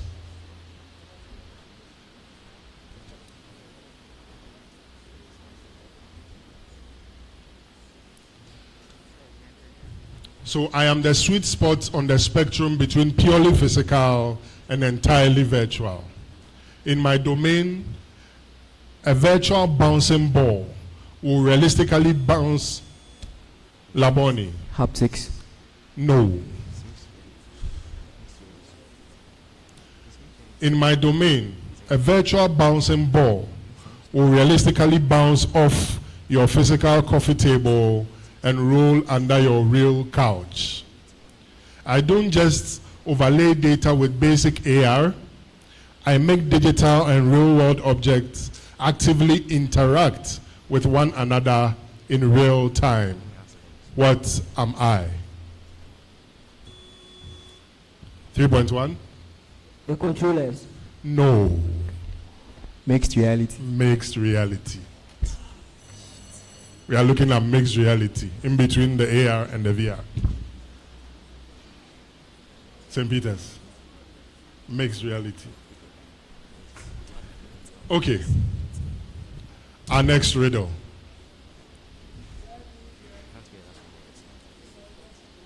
I am the uncomfortable argument between your eyes and inner ear. Laboni. Motion sickness. Motion sickness is correct. 5. Motion sickness is correct. The next riddle.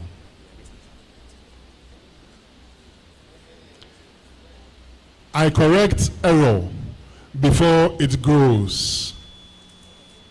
Presec. Proportional integral derivative controller. PID controller. PID controller is correct. 5 points.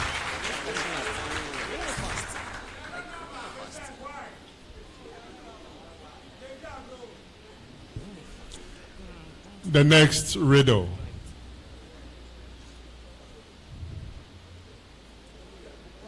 We sit quietly in the opposite corners of your room, watching your every move. We flood the room with invisible Presec. Camera. No. Laboni. IR sensor. The IR sensor. No. We flood the room with invisible infrared light. St. Peter's. You are the laser detector. Laser detector. No. PR motion sensor.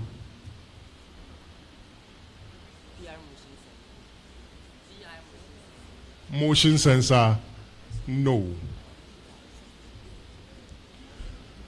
So we flood the room with invisible infrared light, sweeping back and forth thousands of times a minute.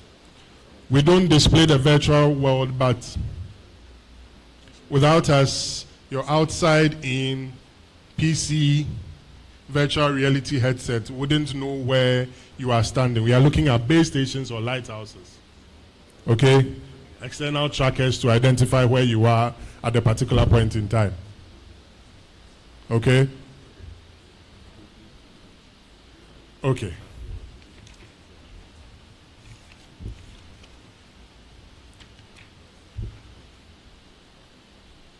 So our last riddle. Our last but one riddle. Our last but one riddle. I am an invisible cage designed not to trap you, but to keep you safe. You draw my borders on the floor before you start playing, mapping out your safe area. Laboni. The VR boundaries. The VR boundaries. VR boundaries. Yes. I'll give that to you. 4 points. I'll give that to you for 4 points. The last riddle. The last riddle. I am a technique used by routers to allow an entire private network of hundreds. Laboni.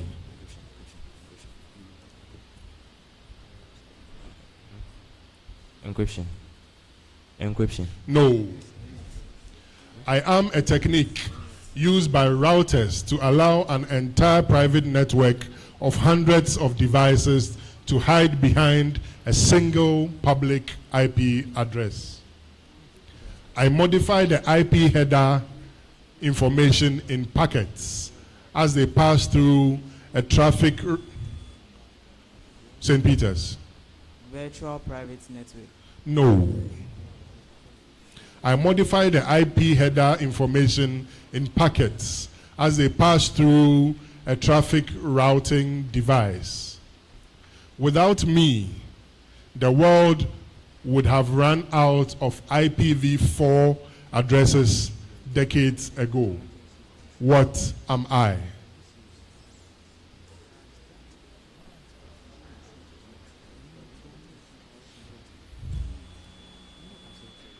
Network gateways. Network gateways? No. I'm looking at network address translation. Network address translation. That brings us to the end of round 3.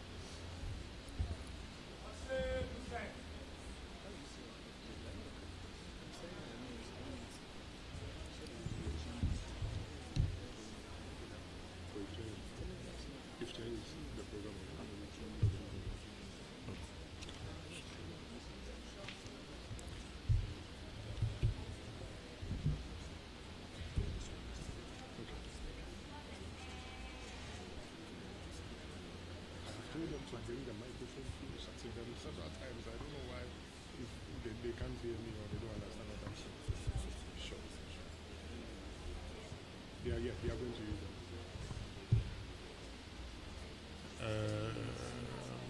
We are going to do Arduino. Or, but some of them can use.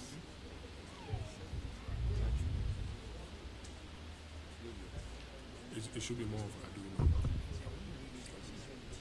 Arduino. Yes, it's more of Arduino. Okay.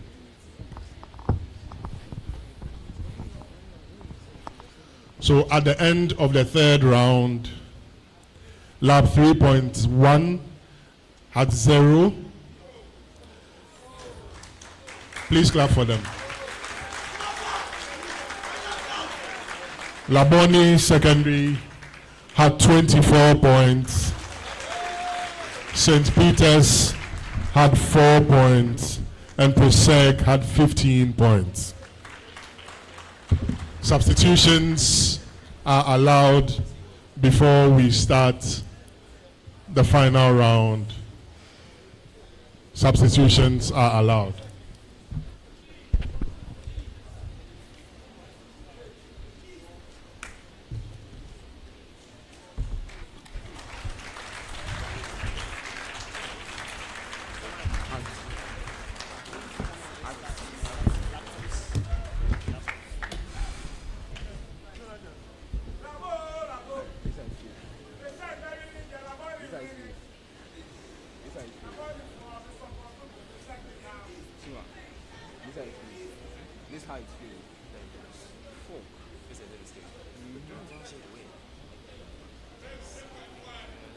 So we move to the final round, which is a problem of the day.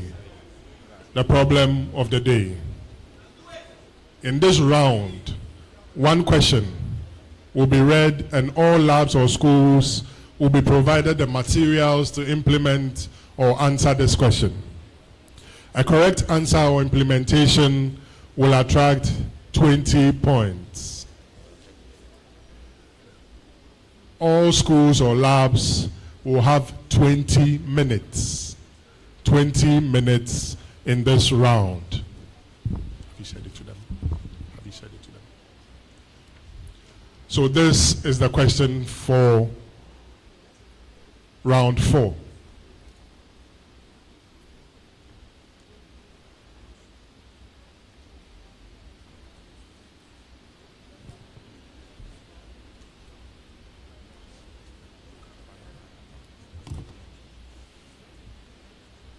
Is it on?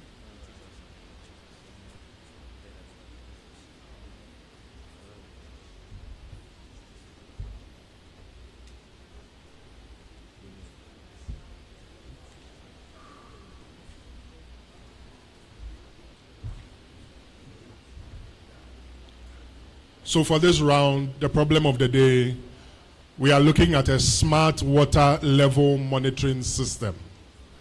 A smart water level monitoring system. Now, water management systems often rely on distance measurements to determine tank levels. In this challenge, you will simulate a water tank system using predefined distance ranges instead of physical tanks. In this challenge, you will simulate a water tank system using predefined distance ranges instead of a physical tank. Your team has been asked to design and program a smart water level monitoring system using Arduino and an ultrasonic sensor. Arduino and an ultrasonic sensor. So these are the tasks. 1, design and program a system that A, measures distance using an ultrasonic sensor, uses the following predefined tank models. The distance greater than or equal to 25 centimeters should be high. No, less than 25 centimeters should be low. That is, the tank is almost empty. Okay? Then any distance between 10 centimeters and 25 centimeters, it means the tank is filled halfway. Now, any distance above 10 centimeters, we consider the tank to be full or nearly full. Right? Or any distance above 25 centimeters should be considered nearly full. Right? So we are assuming that the sensor is placed at the top of a tank which is 30 centimeters. Okay? Are we following? We are assuming that the tank is 30 centimeters. So below a certain threshold is almost empty. Within a certain threshold, it's half full. And above that threshold, it's almost full. Okay? So there should be an indicator which turns on based on the tank level. At each level, there should be an indicator which turns on. So red LED for when it is low, yellow for when it is at the middle point, and green when it is full. Okay? And we should also have buzzer alerts for when it is full. The buzzer should continuously sound. When it is low, short beeps every 3 seconds. And then when it is at the midpoint, no buzzer. Are we following? Laboni, are we following? Okay. So implement noise filtering by averaging at least 5 distance readings before classification.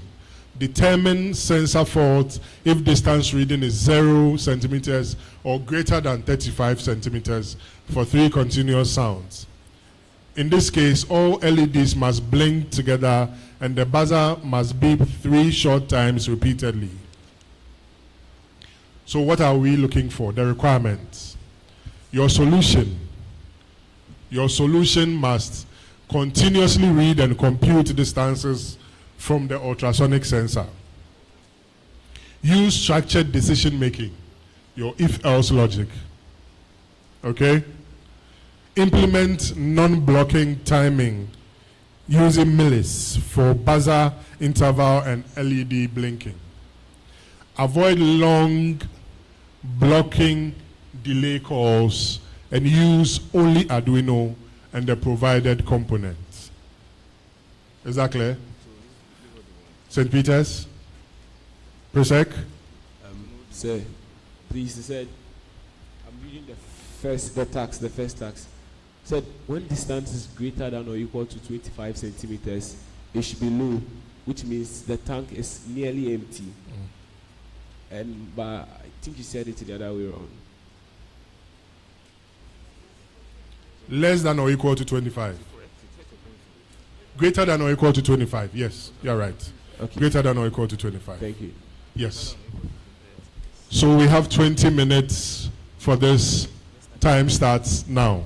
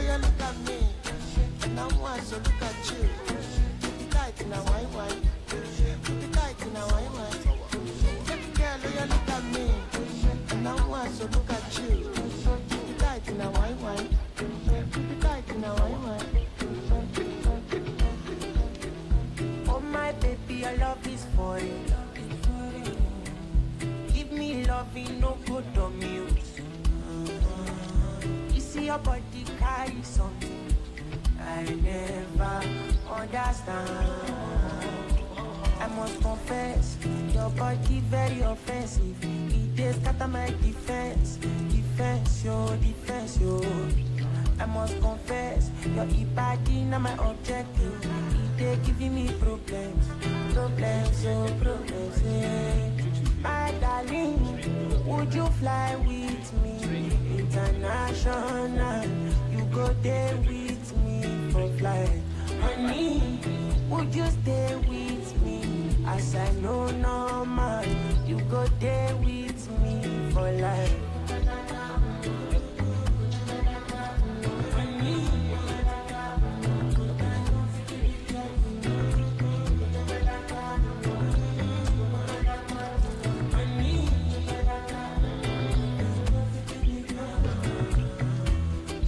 Because it be, oh yeah, she dey do me magic. Girl, your body na ekelepe. My head dey slow like traffic. This your body, oh, it dey high like palm, oh. Oh my lady, oh, no go do me con yo. If na face you be Rihanna, and your body na palapa, wala. I want day with you, ASAP. I must confess, your body very offensive. They scatter my defense, yo.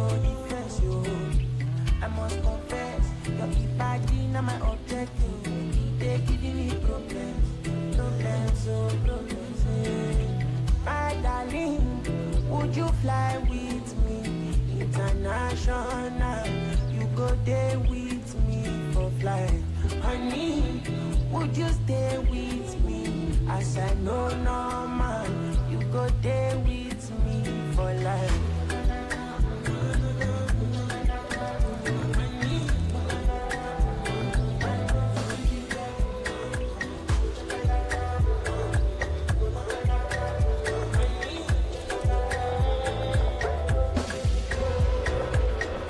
Finally, I see your face.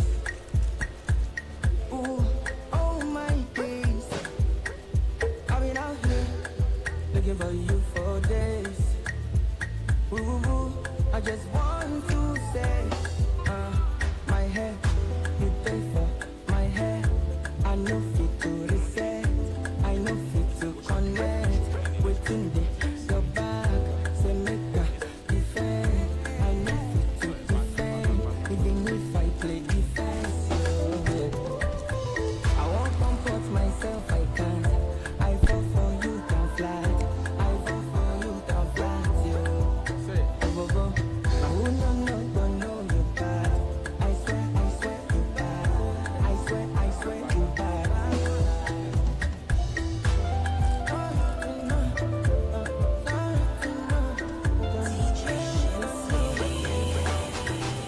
No, give me long thing, something wicked there for your body, no. No. I did for the mountain waiting for so long. Oh no. My hair, you pay for my hair. I know fit to reset, I know fit to connect. Waiting there, your back, say make a defend. I know fit to defend, even if I play defense. I won't compose myself, I can. I fall for you, can fly.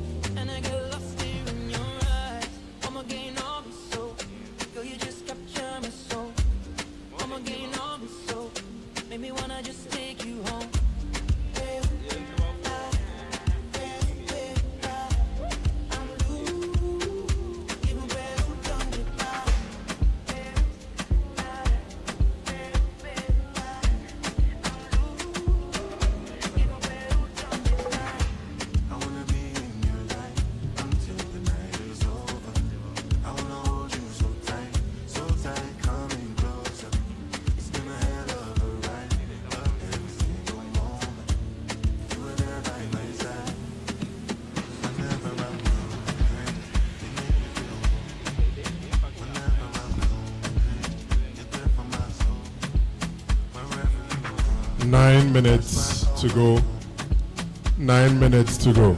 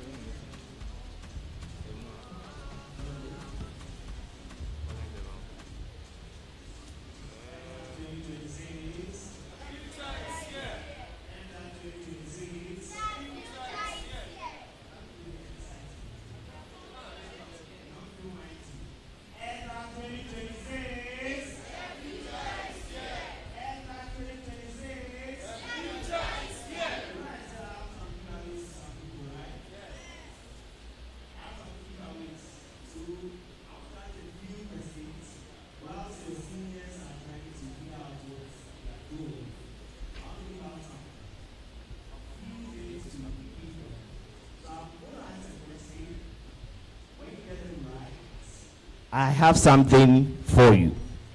So, the first question.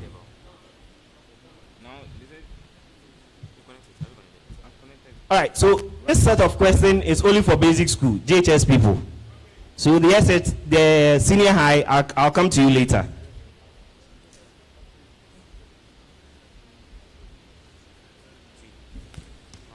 In which year was the first Airtad held?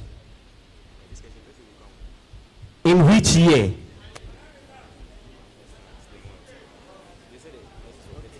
(2021). 2021. Is that correct?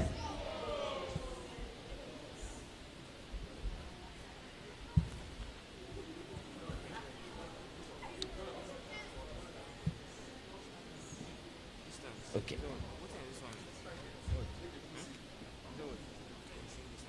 The lady there. You. The one putting your hand down with the glasses. Yes. You. Say again. 2020 is right. Let's give a hand to her. So I have a Dex technology kit for you.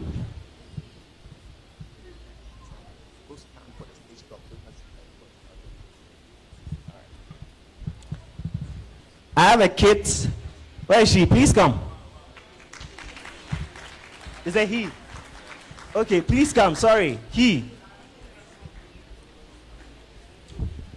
Yes. Airtad was held in 2022. The first Airtad was held in 2022. 5 minutes more. 5 That's minutes a kit from one of our partners, Dex Technology.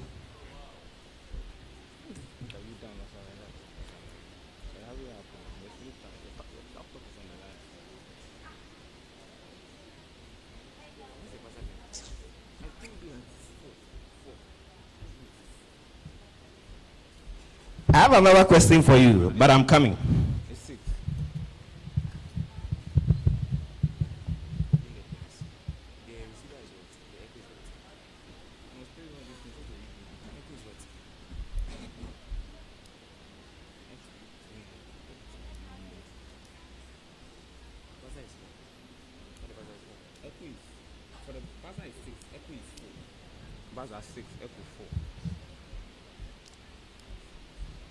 So I want to ask my second question, then I'll come back and give the award to the next person. Who is the headline sponsor for Airtad? Who is the headline sponsor? Yes, the gentleman. Helping Africa Foundation. Let's give a hand to him. Which lab are you from? Lab A. Let's give a hand to him. So I have one kit for you, and I'll be back. The seniors have 3 more minutes. Let's see what they can do.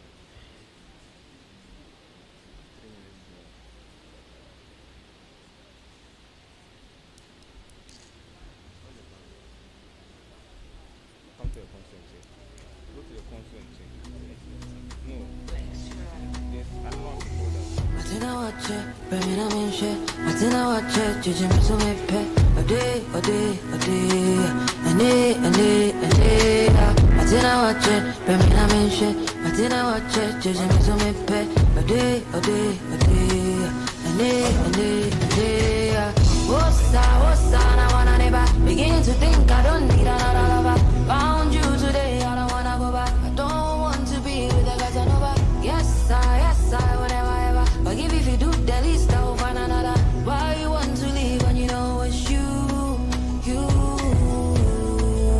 But there is something about you I need. Maybe I wake up with you in my dream. I thought I'd sing you some Molly Shakees, baby. And now I know that I can never love another nigga. It's you and I forever, baby. This is now or never. Forget the issues, now we cool, me moon, we deep, but more. I know we meant to spend the rest of life together, baby. The day you wore the brown outfit was when I knew I had fallen. Without you, I don't know if I can breathe again or feel again. I'm worried. What's now wanna never begin to think I don't need another lover. Found you today, I don't wanna go back. I don't want to be with a Casanova. Yes, I would never ever forgive if you do the least, I will find another. Why you want to leave when you know it's you? But there is something about you I need. Maybe I wake up with you in my dream. A minute more. A minute more.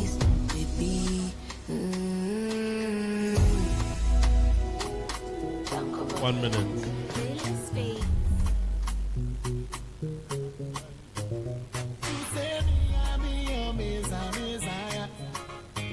You say this love not be work for you, so you no go retire. Stop complaining, baby, stop complaining. 30 seconds. I love you, but today no one complaining. I swear, moon and the stars. I'll take you there, oh mama, my baby. I go take you for you. I said not be one baby, no be two. I go take you for you. Make I protect you with my bulletproof for you. I said not be one baby, no be two. I go take you for you. Stop work. Hands off. Stand up. Stand up. Hands off. Laboni, hands off. 3.1. 3.1.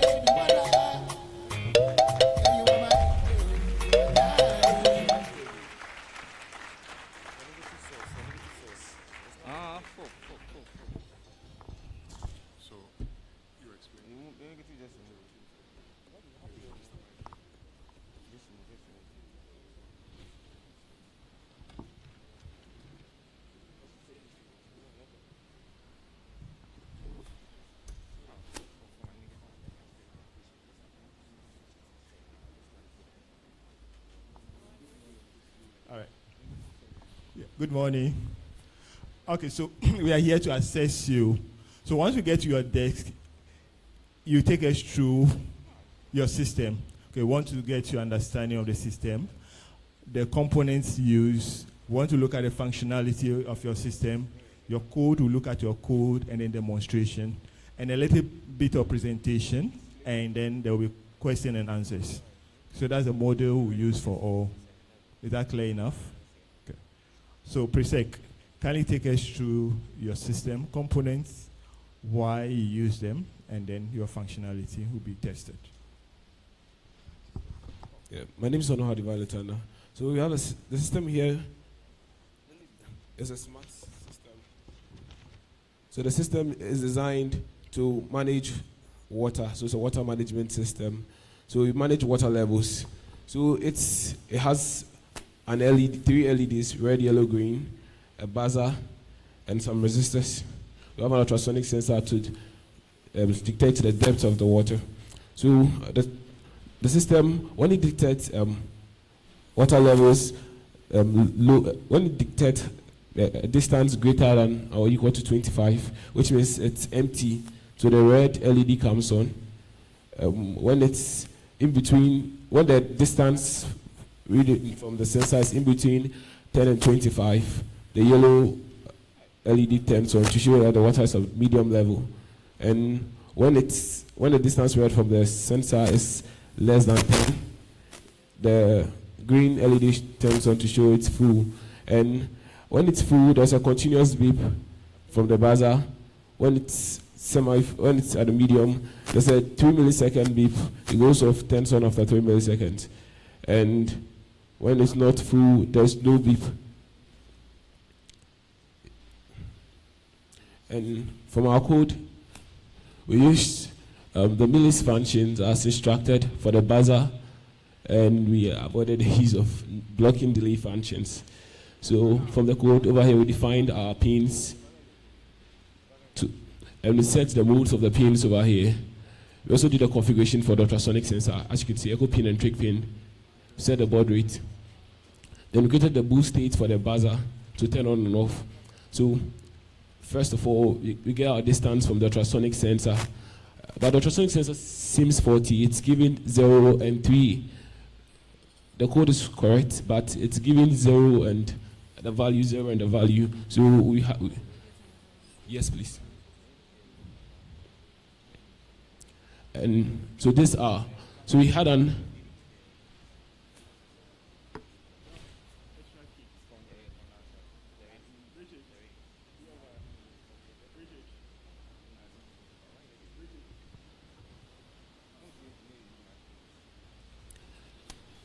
So we have an unsigned long integer for the millis. Initially set it to 0, because millis can be a very large number, so we use unsigned long to avoid any error.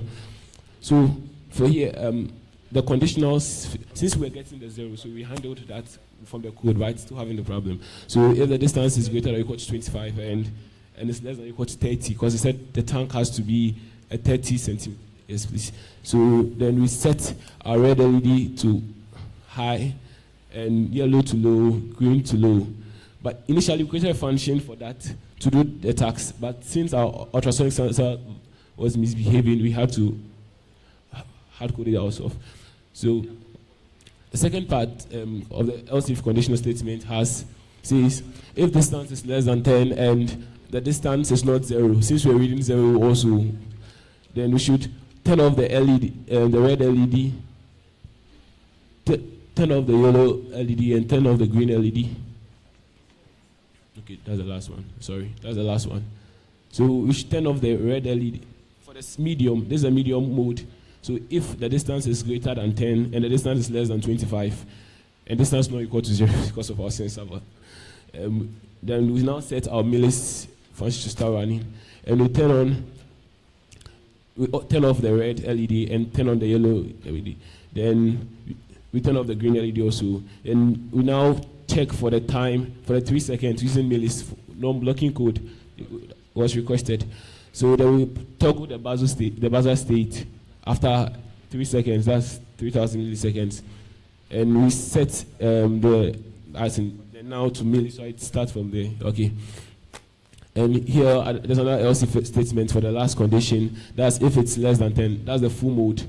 And distance not equal to 0. Then we should turn off the red LED, yellow LED, and turn on the green LED. And she turned the buzzer to continuous high. Yeah. Then this function we didn't use anymore, but we used it initially. But since I was not working, we didn't use it. Yes, please.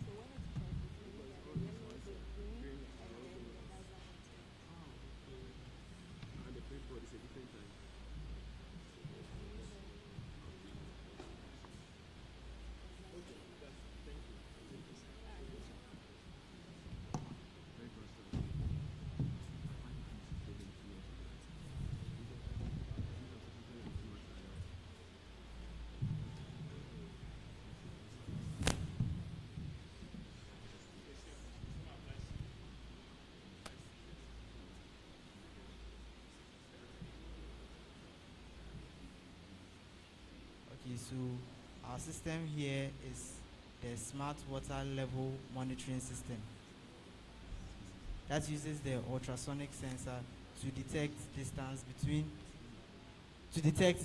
between the ultrasonic sensor and the water level surface. So when it sends out a signal and it receives it, it measures that distance based on the code, and then it measures the logic based on the if statements we've given to it. So the first logic we indicated was if the distance is greater than or equal to 25 centimeters, then it should indicate that it is low by turning on the red LED, and then it should buzz for 3 seconds. Then when the distance is between 10 centimeters and 25 centimeters, it indicates a medium distance based on the yellow LED indicator, and then a no buzzer to show the medium. Also, when the tank is full, that is the distance is less than or equal to 10 centimeters, and the green LED should turn on with a continuous buzz from the buzzer. And it also has to test the logic to check if there's a fault with the sensor. So if it continuously reads 0 for about 3 seconds, all the lights should be on, and there should be a buzzer to indicate that there's a fault with the sensor.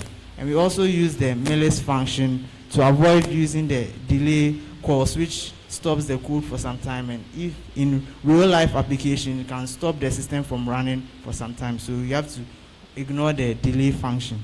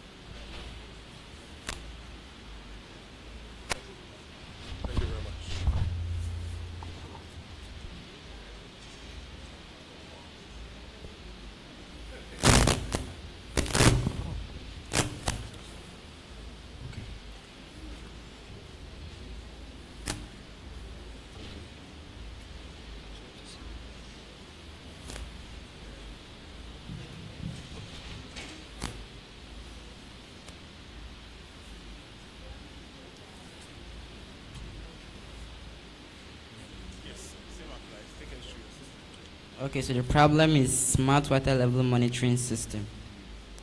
So the problem states that we should use an ultrasonic sensor to measure the water levels in a simulated.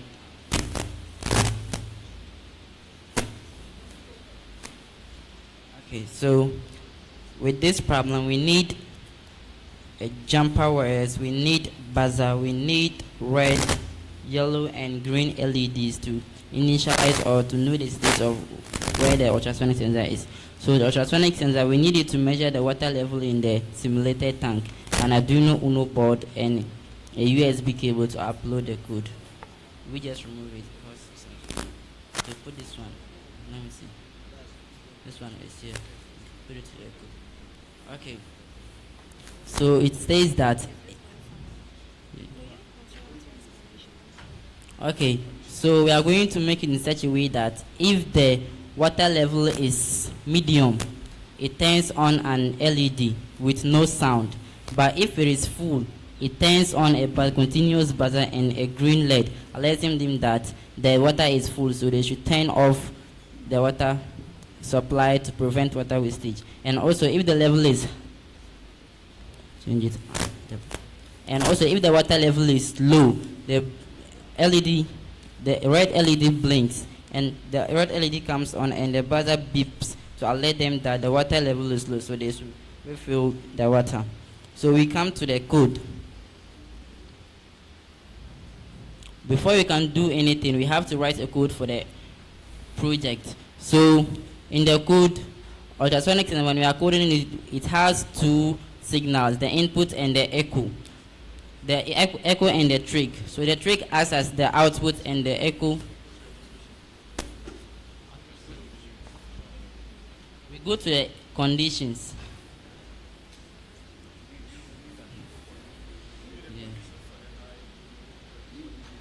Okay, so the first condition is that if the distance is greater than or equal to 25, digital right, the red LED should come on, and the buzzer should come, or it should start beep every 3 seconds. It beeps for every 3 seconds. And then if the distance is equal to 20, because they said if it's between 25 and 10, it should turn on the yellow LED. So we choose 20 because 20 is between 25 and 10. So the LED Y or the yellow one will come on. And if the distance is less than or equal to 10, meaning the level is low, so the LED green comes on, the buzzer comes on continuous sound. And if none of these conditions are met, everything is supposed to go off.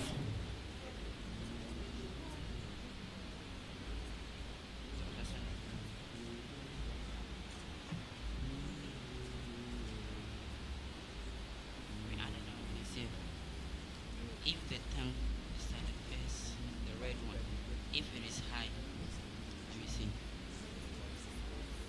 then equal to 25. No. Yes, that's it. The in between is here, the yellow one. So if it is equal to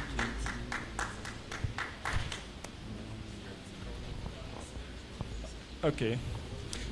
We are just testing them about their knowledge about the system, and we don't want the rest of the contestants to hear what's going on. That's why we're not speaking to the mic, so please bear with us.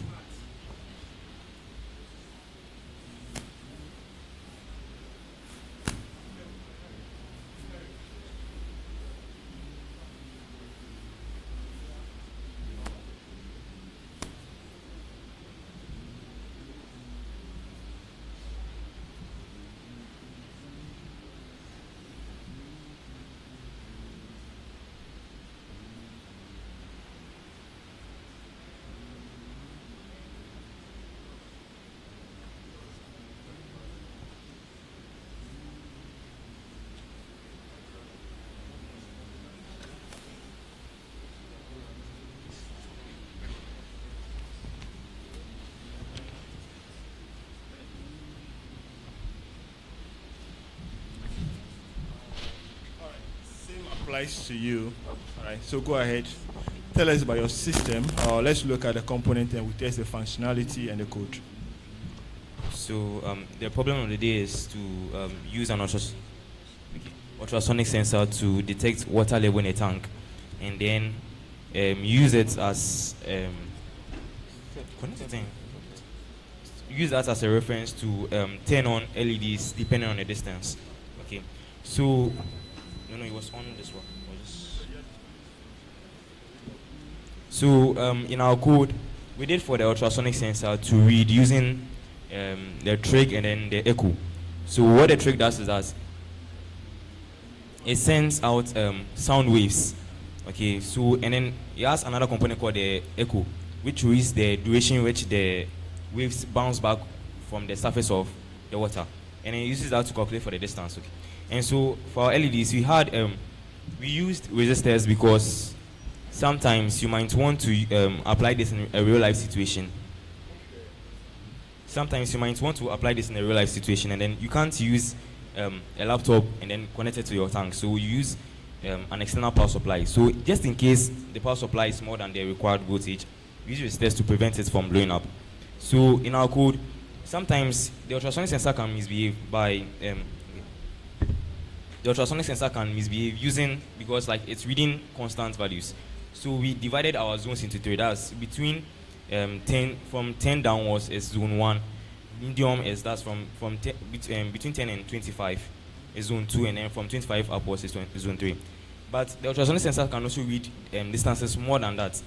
So we use the function called the constraint to limit it to the height of the tank. So what it does is that when it is when it's less than 10 or equal to 10, the red LED is supposed to turn on. When it's medium, the yellow activates and then the buzzer stops. But when it is full,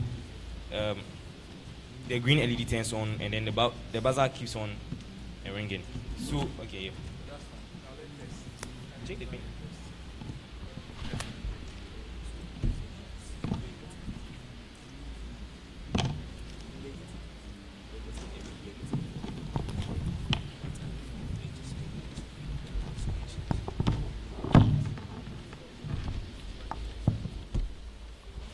Hello. Basic school finalists, kindly prepare yourself. Immediately they finish, you are up next so that we can have it once and for all. Thank you. So all the winners, please start preparing your people, start preparing yourself to come up stage. Thank you.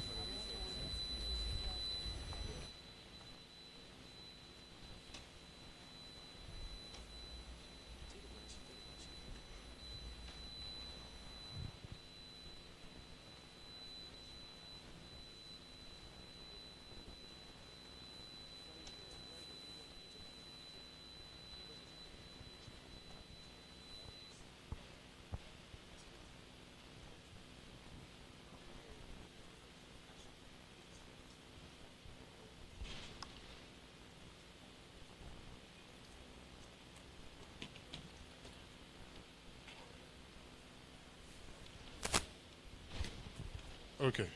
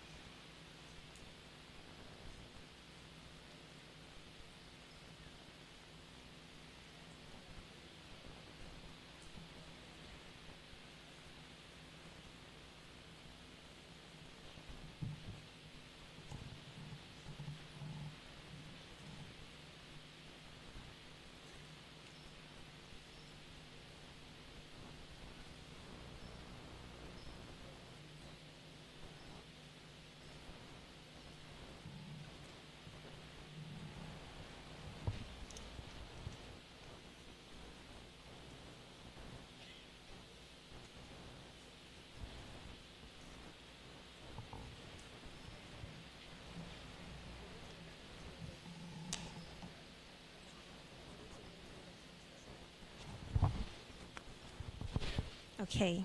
Hi. So these are the scores after the round 4. Can you hear me? Can you hear me? I shouldn't tell you. Oh, surprise. All right, we will go with your surprise.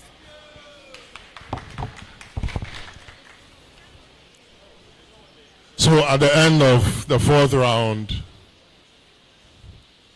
St. Peter's had 12 points, Presec had 13 points, Laboni had 15 points, and La 3.1 had 11 points.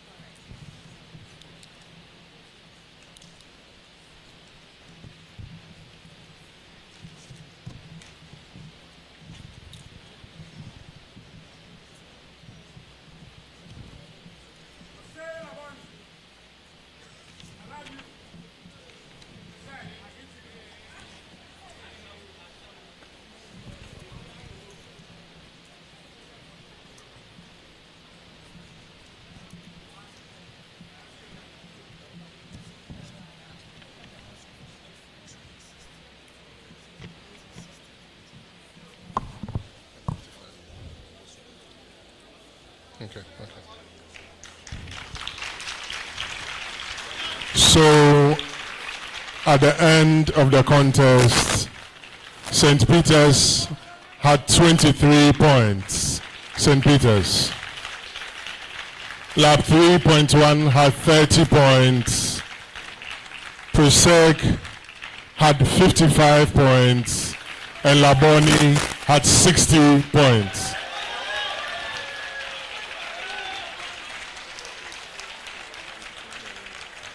So Laboni is the winner of this contest. To the other schools, well done, and we wish you all the best next year. Thank you very much.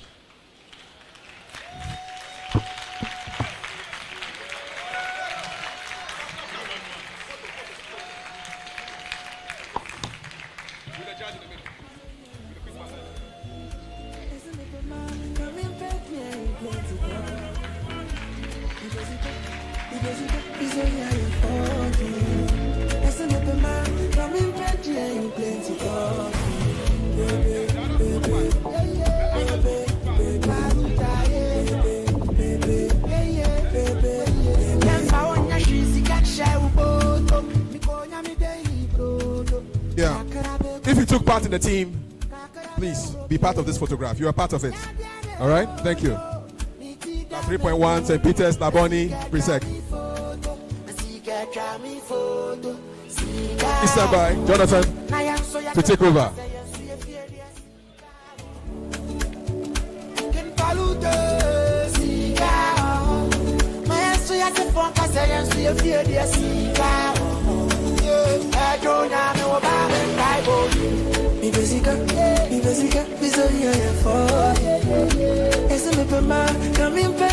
You are blocking somebody. Don't block anybody. Yeah. Make sure everybody is seen. You are blocking somebody. Spread out.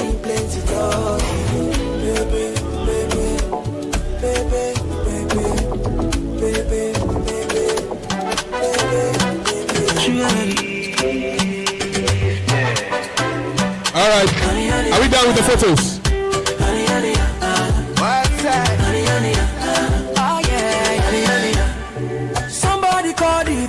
right, thank you very much. Please take your seats. Basic school, are you ready?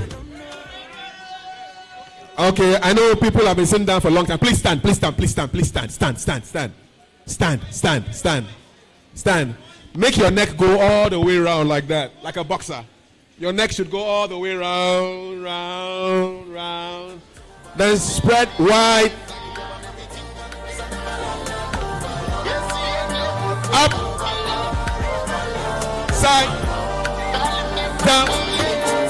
Side. Some punching. That's it. Oh, why? The girls, why you punch? Wine. Have a seat. Thank you. So the next competition is taking us to 1 o'clock, where we'll have a deserved break for lunch. Okay, over to the quiz master. Thank you, sir.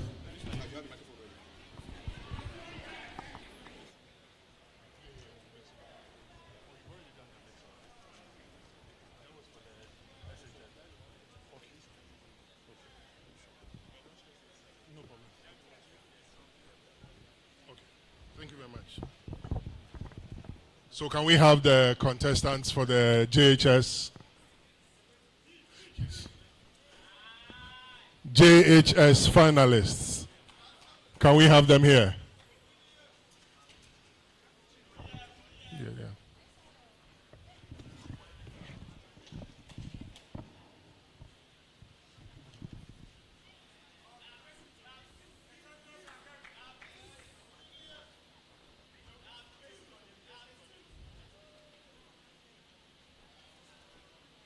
Can we have lab 2, lab 7? No, just paste it on it. Lab 2, lab 7, lab 11,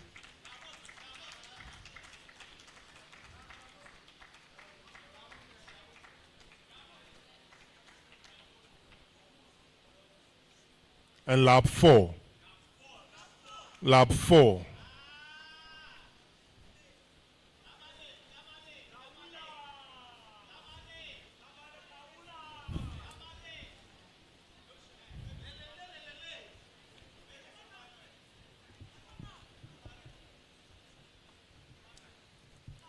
Are we ready? Okay.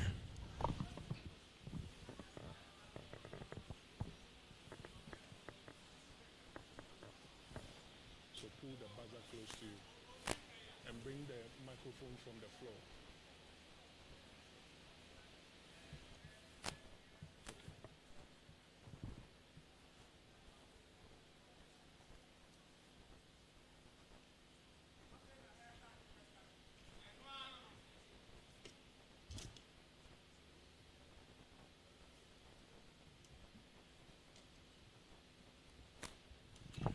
Okay, so for the basic school contests, we have lab 7, lab 2, lab 11, and lab 4.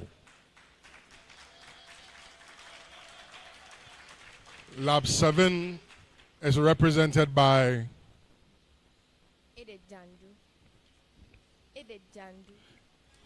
Adoblosi Joseph. Lab 2 is represented by Amazonia Sidaredu. Kashiagbo. Lab 11 is represented by Roberta Siedu Mensa. Osai Princess.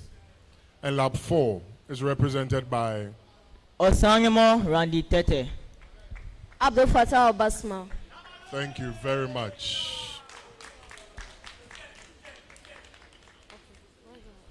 So for this final contest, we have 4 rounds. Round 1 will be our MCQs. Round 2 we'll have our true or false section. Round 3 we'll have our riddles.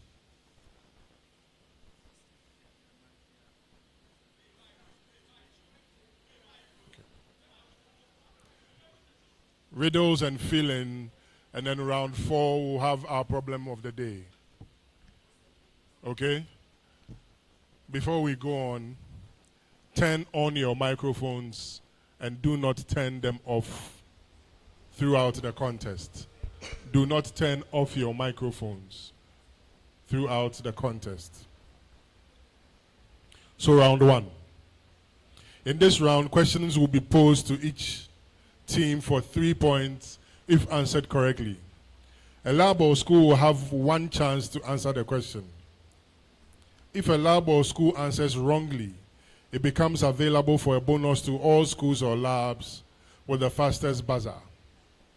A bonus question, when answered correctly, will be worth 1 point. Teams will have 15 seconds to answer a major question and 10 seconds to answer a bonus question. So lab 7, let me hear your bell, your buzzer. Lab 2, lab 11, and lab 4. Thank you very much. First question, lab 7. What is phishing? What is phishing? A method of data backup. B, an online game. C, a trick to steal personal information. And D, a virus removal process. C is correct. Lab 2. Which of the following practices improves computer security? Which of the following practices improves computer security? A, sharing passwords. B, installing unknown software. C, regular software updates. And D, disabling antivirus. C is correct. Lab 11. Computer ethics refers to A, hardware maintenance. B, proper and responsible use of IT. C, legal use of software. And D, internet speed. Computer ethics refers to A, hardware maintenance. B, proper and responsible use of ICT. C, legal use of software. And D, internet speed. B is correct. Lab 4. Which of the following is an example of cybercrime? Which of the following is an example of cybercrime? A, typing a document. B, phishing. C, printing a file. And D, watching videos. B is correct. B is correct. Lab 7. Artificial intelligence mainly involves A, manual data entry. B, computers performing human-like tasks.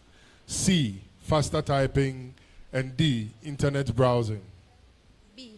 B is correct. B is correct. Lab 2. Which technology allows machines to learn from data? Which technology allows machines to learn from data? A, word processing. B, machine learning. C, file compression. D, networking. B is correct. Lab 11.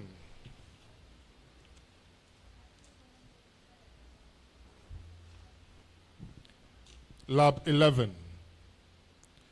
The PWM output on Arduino Uno operates at approximately the PWM output on an Arduino Uno operates at approximately A, 31 kilohertz, B, 490 hertz, C, 100 hertz, D, 1 kilohertz.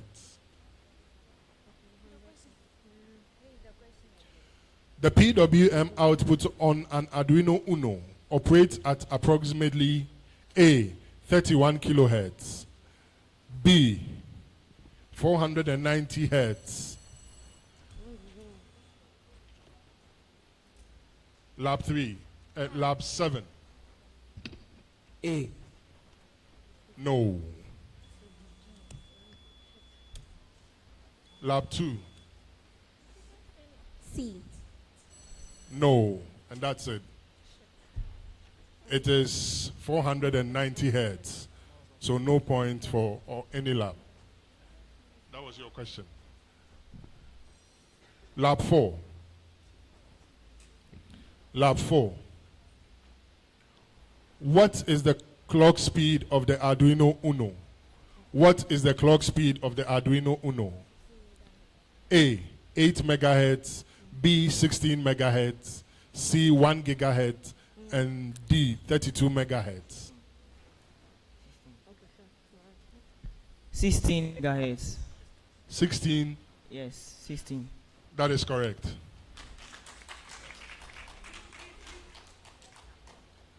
Back to lab 7. What will this code do? What will this code do? Pin mode into bracket 9, comma output. Analog write into bracket 9128. What will this code do? Pin mode into bracket 9 output.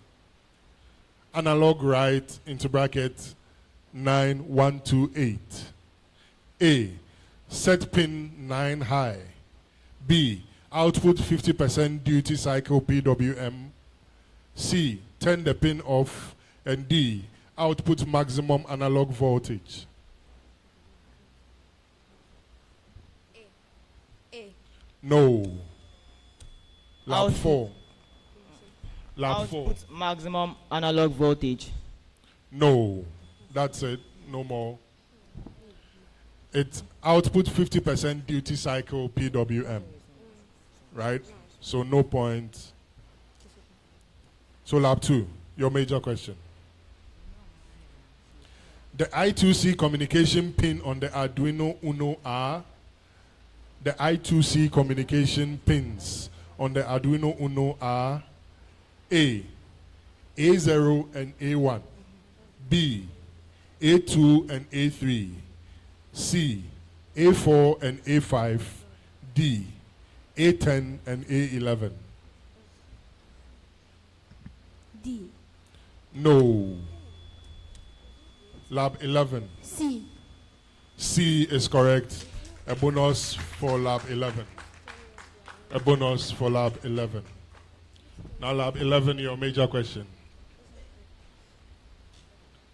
Which memory stores the Arduino program after uploading?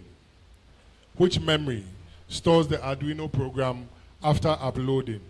A, SRAM. B, flash memory. C, EEPROM. And D, SD card. EEPROM. EEPROM. No. Lab 4. Flash memory. Flash memory is correct. A bonus for lab 4. Lab 4, your major question. EEPROM is mainly used for EEPROM is mainly used for A, storing temporary variables. B, storing data even when power is off. C, executing the program. And D, controlling PWM.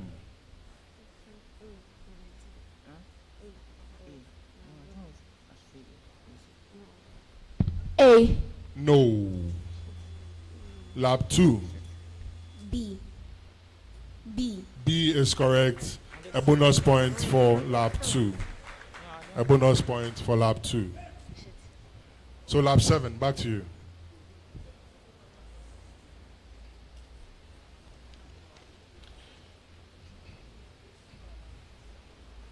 In the context of programming loops, what does the break command do in Python or stop loop in blocks.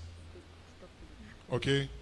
In the context of programming loops, what does the stop loop in blocks do? Stop loop. A, it pauses the program for 1 second. B, it immediately exits the current loop and continues with the code that follows it. C, it stops the entire program and turns off the robot. Or D, it breaks the variables into 2 parts. C. No. Lab 4. B. B is correct. B is correct. A bonus for lab 4. Lab 2. Your major question. Which data structure is available in both EV3 and Spike Prime programming? I'll take that again. Which data structure is available in both EV3 and Spike Prime code environments to store multiple values under a single variable name? Which data structure is available in both EV3 and Spike Prime coding environment to store multiple values under a single variable name? A, string. B, boolean. C, list or array. And D, integer. Please come again, the options. A, string. B, boolean. C, list or array. And D, integer. Integer. No. Lab 4. List. List is correct. A bonus point for lab 4. Lab 11, your major question. When using the broadcast function in Scratch or word blocks, what is happening logically? When using the broadcast function in Scratch or word blocks, what is happening logically? A, the robot sends a Bluetooth signal to other nearby robots. B, the program triggers a specific message that runs a separate stack of code in parallel. C, the robot shuts or shouts a sound command. And D, the code deletes all variables. The options. A, the robot returns a Bluetooth signal. B, the program triggers a specific message that runs a separate. B. B is correct. I'll give it to them. B is correct. I'll give it to them. Lab 4. What is the maximum number of hubs you can connect simultaneously to a single device in the standard Spike Prime software? A, only 1. B, up to 4, using specific connection limitations. C, unlimited. And D, 2. Only 1. No. Lab 7. Unlimited. No. That's it. It's up to 4 using specific connection limitations. Up to 4. That brings us to the end of the first round.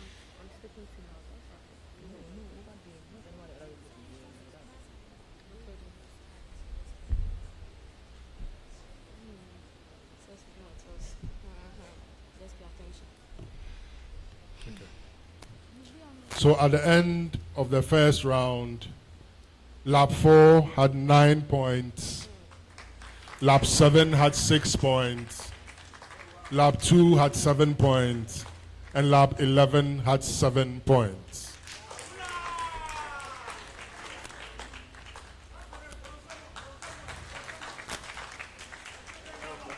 So we move to round 2, where we have our true or false statements. Round 2, true or false statements. So in this round, the question will be posed to each team for 3 points if answered correctly. If a lab or school answers wrongly, there will be a deduction of 1 point.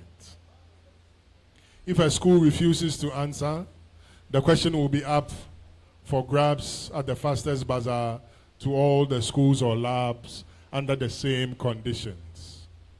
Each team has 10 seconds to answer the question. I'll start with Lab 11.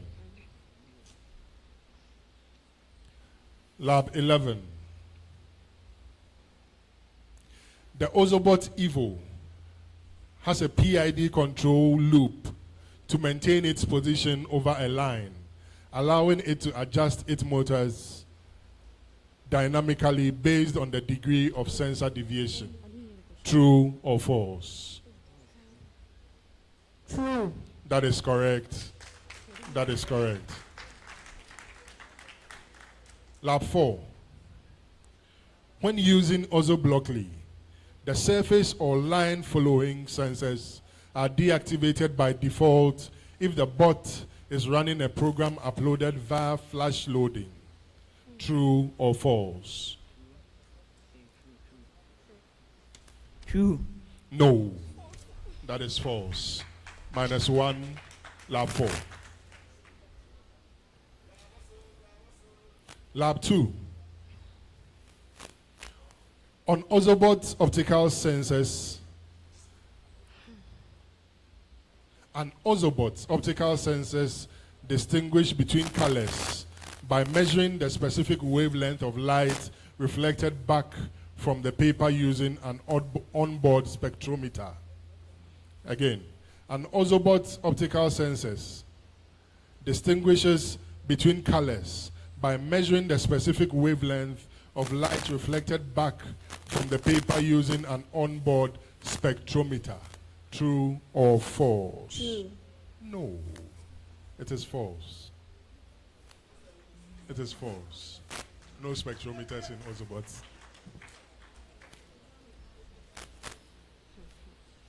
Lab 7.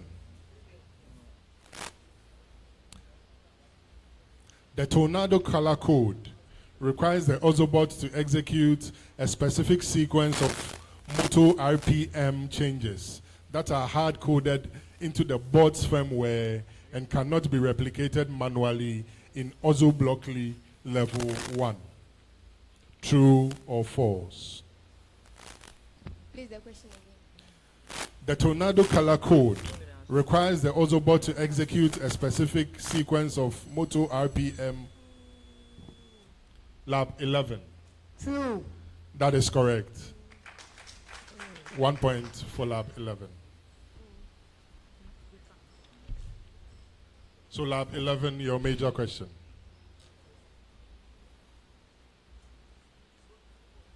To accurately detect a color code, the Ozobot must be traveling at a high or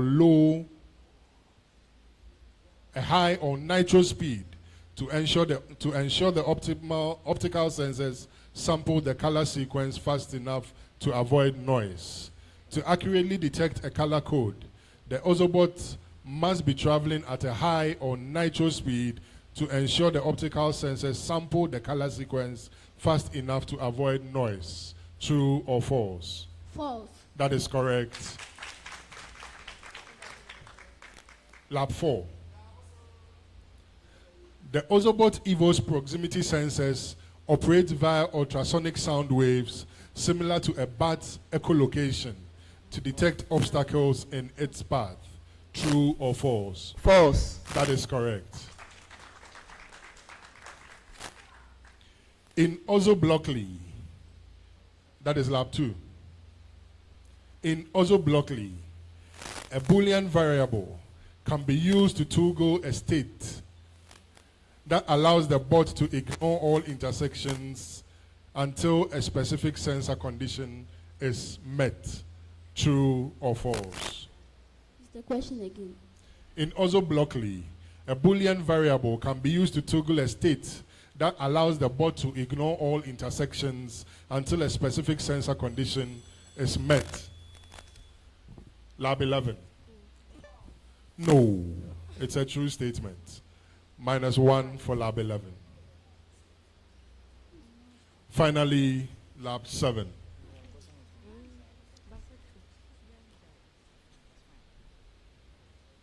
Under Ozobot, this is the last question under Ozobot.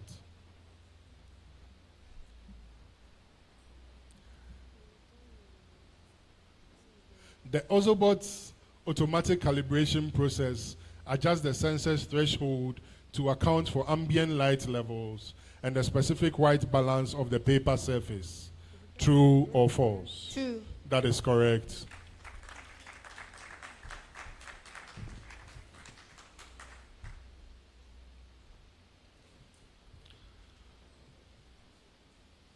Lab 11.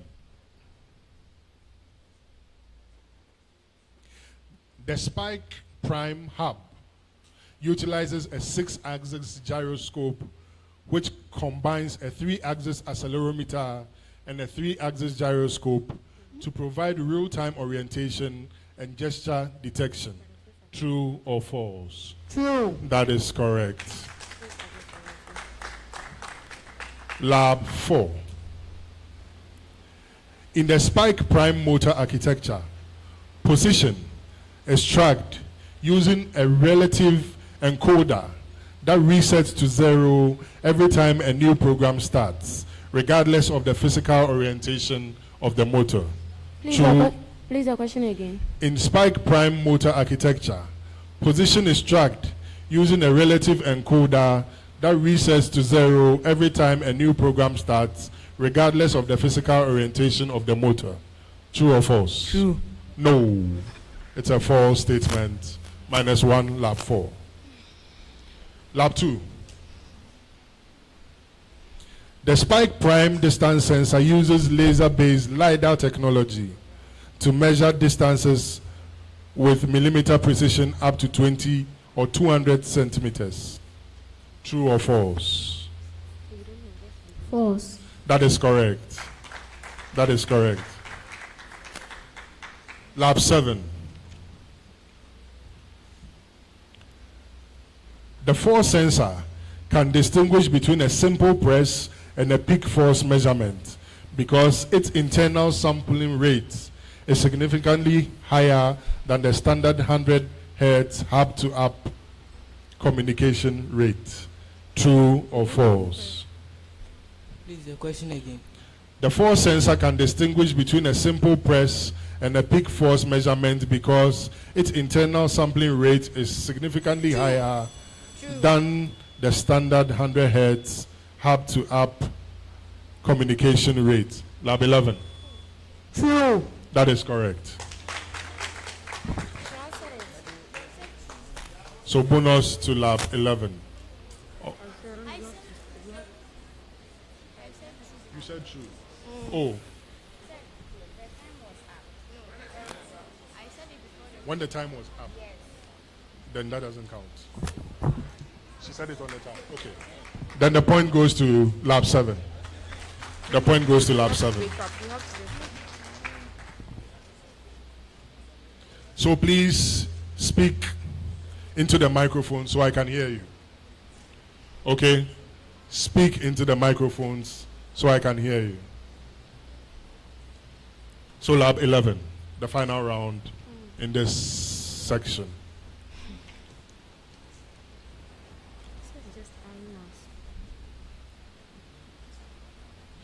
The Spike Prime Hub uses I2C as the underlying communication protocol to exchange data between the hub and the smart motor or sensors via the LP2 ports.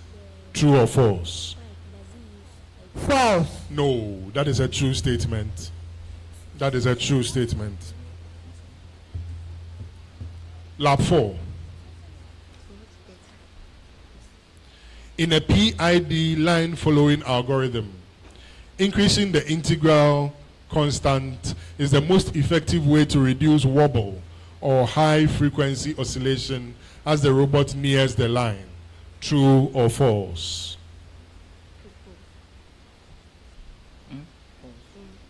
False. That is correct.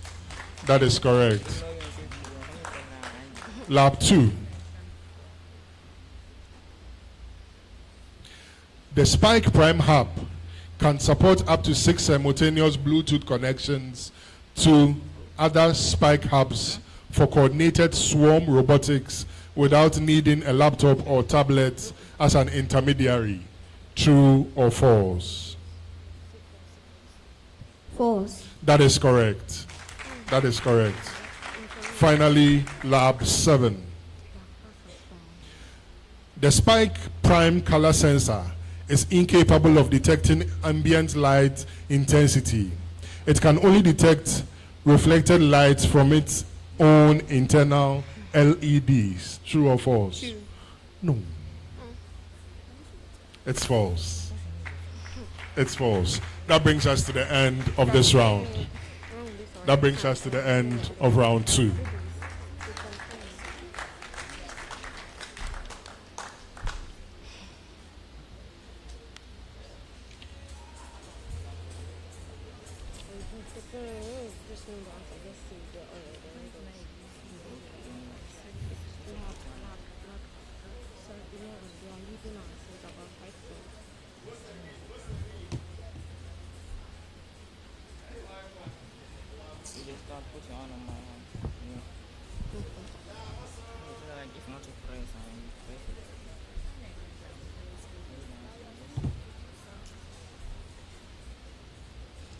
You have to answer that question.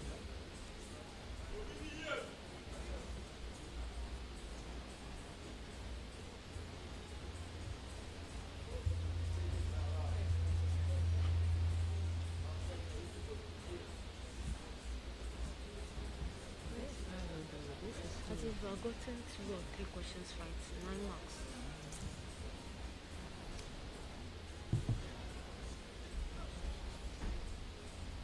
The detection will bring our max load. Let me check that. 4. You just forward 3 or something.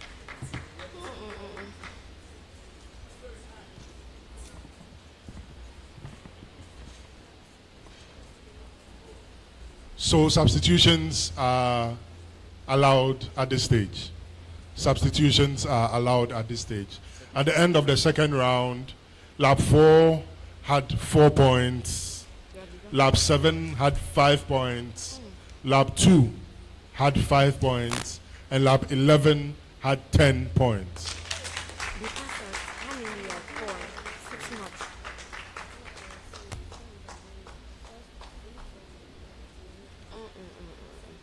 Very, very bad.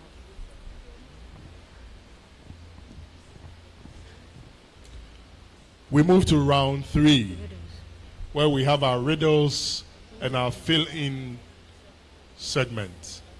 Our riddles and our fill-in segments. So in this round, we will start with our fill-in segments first. Fill in. So in this section, the questions will be read out to each team, which would have 10 seconds to answer the question. A correct answer will be worth 3 points.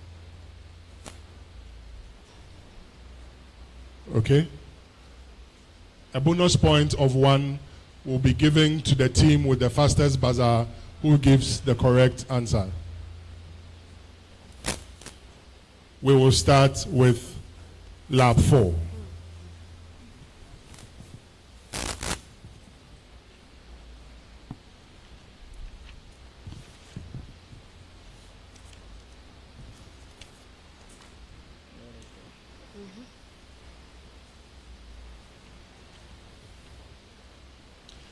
Lab 4.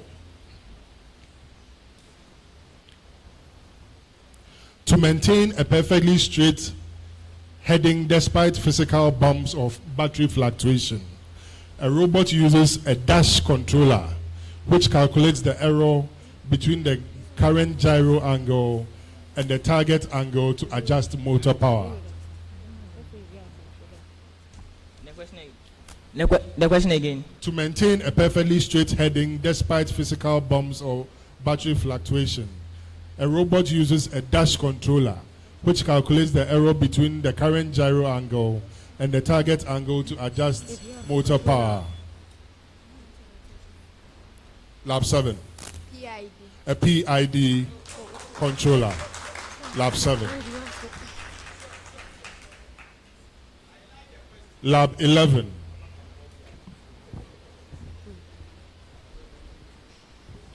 Lab 11. When a motor is taxed to move in a specific degree, but it is physically prevented from reaching it, the hub detects a spike in dash and a lack of back EMF, triggering a stall condition. When a motor is taxed to move to a specific degree, but is physically prevented from reaching it, the hub detects a spike in dash and a lack of back EMF, triggering a stall condition.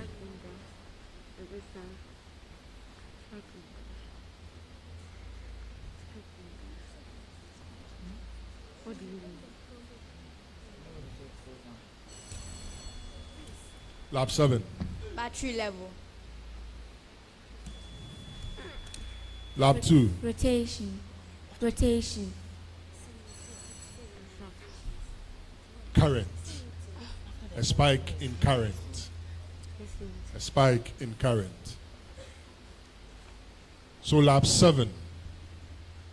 Your major question.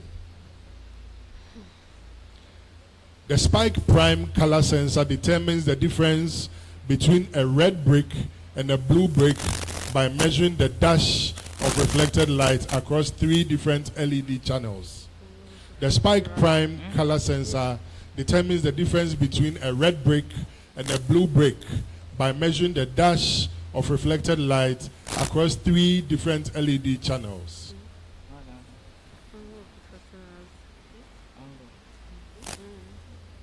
Reflected light intensity. Reflected light. Okay, correct. Lab 7, I'll give that to you.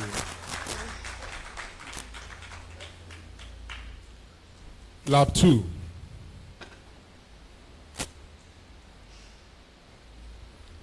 In the Python API for Spike Prime, the most efficient way to run 2 different motor movements simultaneously without stopping the rest of the code is to utilize dash, allowing for non-blocking execution.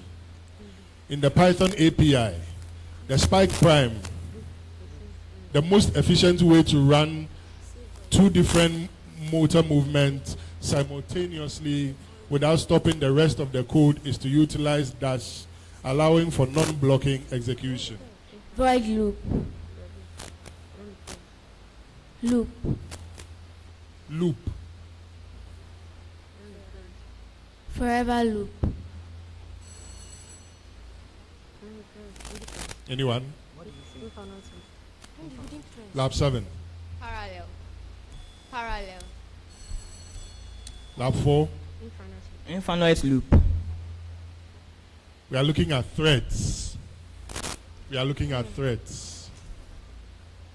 So back to you again, Lab 4. Your major question.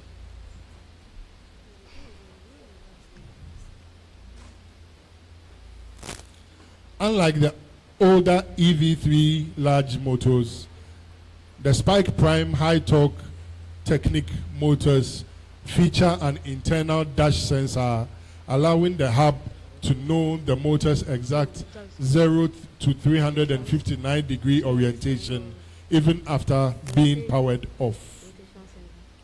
Rotational sensor. Or gyro sensor.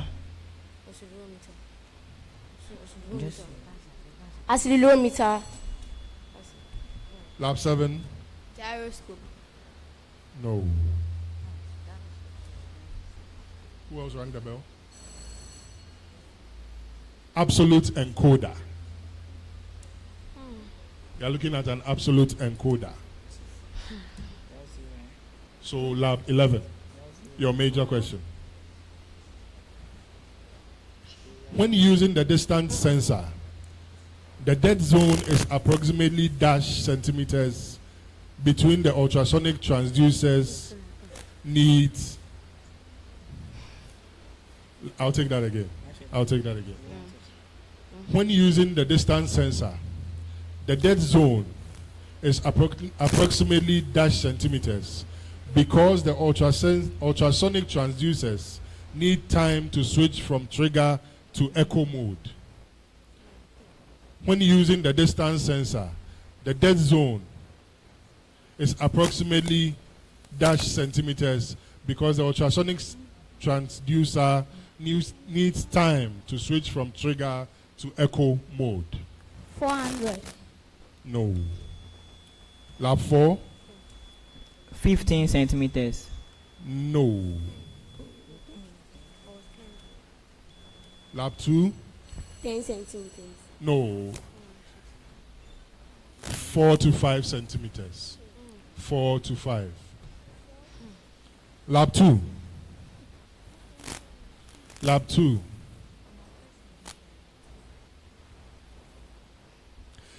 In a line follower program, the range of values returned by the color sensor in reflected light intensity mode is an integer from dash to dash.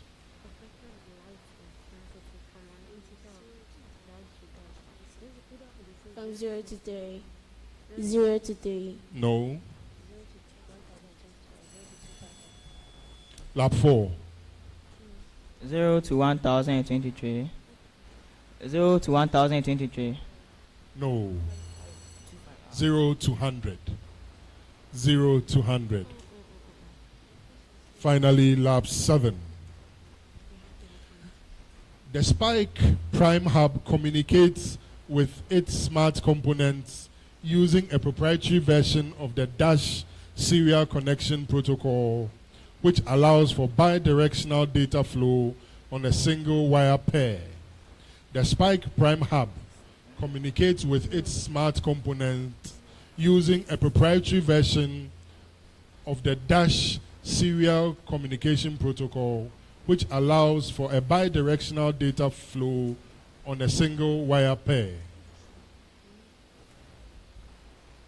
Cables. No. Bluetooth. Lab 4? USB. No. Lab 2? I2C. I2C is correct. A bonus for lab 2. A bonus for lab 2. So we are done with the first part of round 3.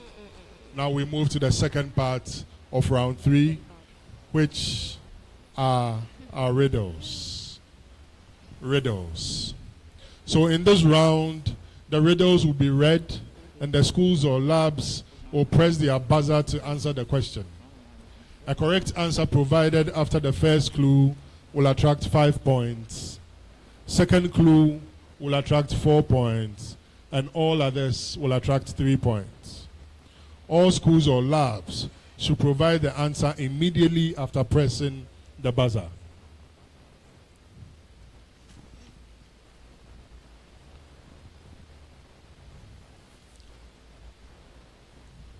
The first riddle.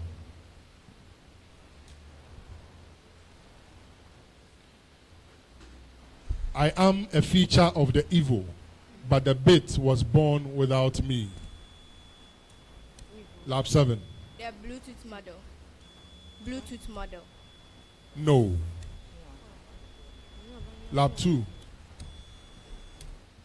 The optical sensors. No. Lab 4. The relay model. No. So I am a feature of the evil, but the bit was born without me.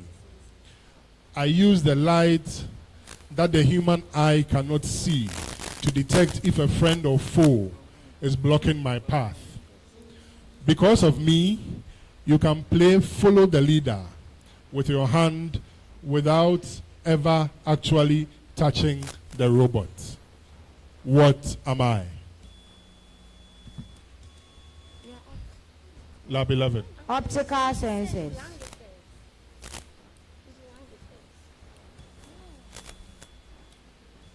Optical sensors. No. I'm looking for infrared or proximity sensors. Infrared or proximity sensors. But you have only one chance.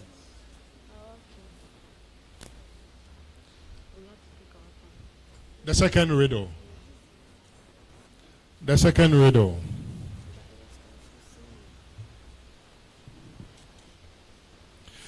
I am a semiconductor that acts as a check valve. I let current flow through. Lab 2. An LED. An LED is correct. 5 points. First clue. 5 points.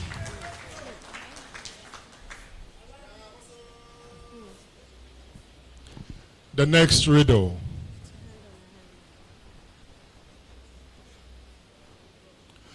I follow a path of darkness, yet I am terrified of pure black that stretches out in every. Lab 4. Ozobots. No. Lab 7. Optical sensor. I'll give that to you. Optical sensor, the bottom optical sensor. 5. First clue. So 5 points for lab 7.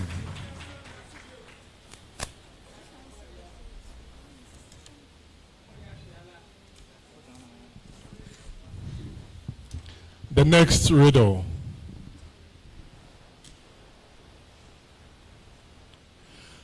I am a decentralized ledger that uses hashes to link blocks of data, making me nearly impossible to rewrite once I have been verified.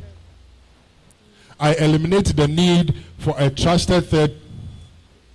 Lab 7. A function. No.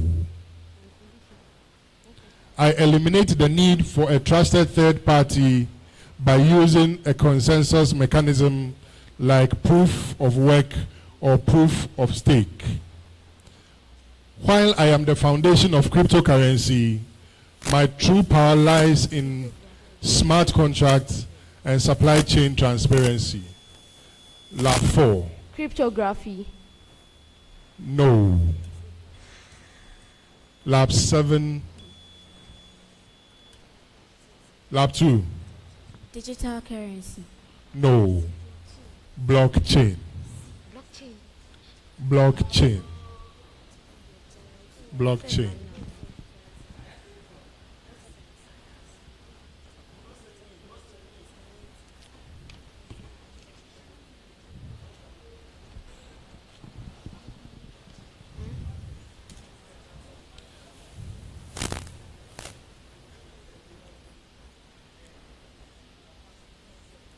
Next riddle. I don't transport you to a new place. I just decorate the place. Augmented reality. Augmented reality is correct. 5 points. First clue. Lab 7. Lab 7, 5.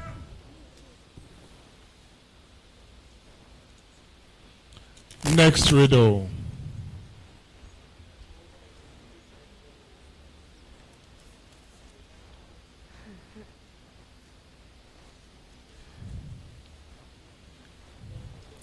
I am the technology that. Lab 2. Lab 7. Yes. Virtual reality technology. Virtual reality. No. Technology. Lab 2. You rang the bell.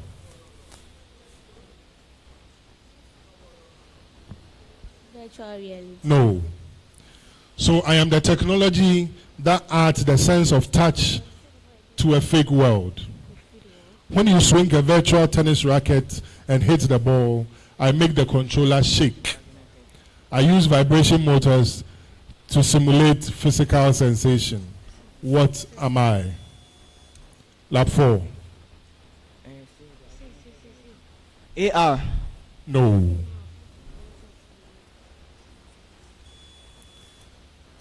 Lab 11. Makes reality. No. Haptic feedback. Haptic feedback.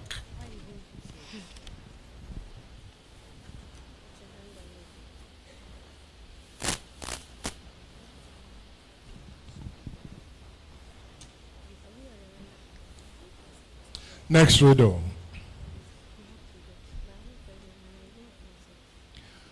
I am the simplest entry-level version of the robot. I do not have speakers or Bluetooth, but I am great at following lines. Lab 11. Ozobit. Ozobit. That's correct. 4 points. Second clue. The final riddle. The final riddle.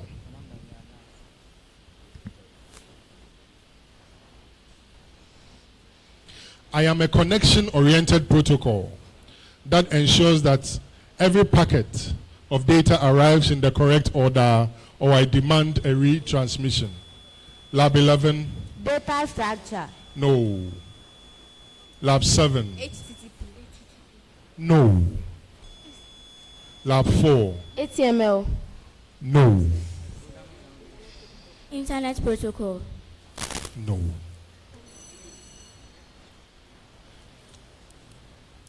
So I am a connection-oriented protocol that ensures every packet of data arrives in the correct order, or I demand a retransmission.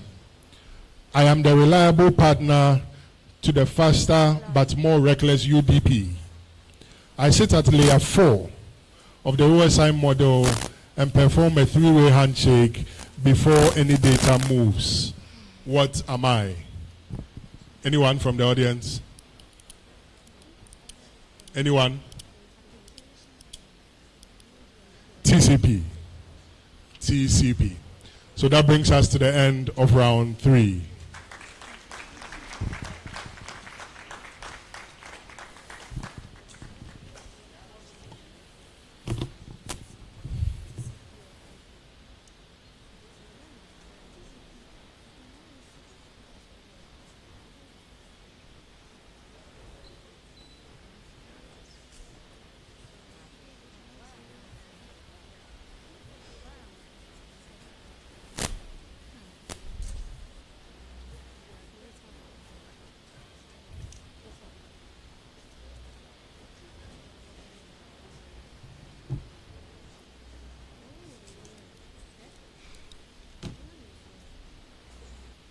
Thank you. Okay. So at the end of round 3, Lab 4 had 0. Lab 7 had 14 points. Lab 2 had 6 points. And Lab 11 had 4 points. So we move to round 4. Substitutions are allowed at this stage. Substitutions are allowed at this stage of the competition.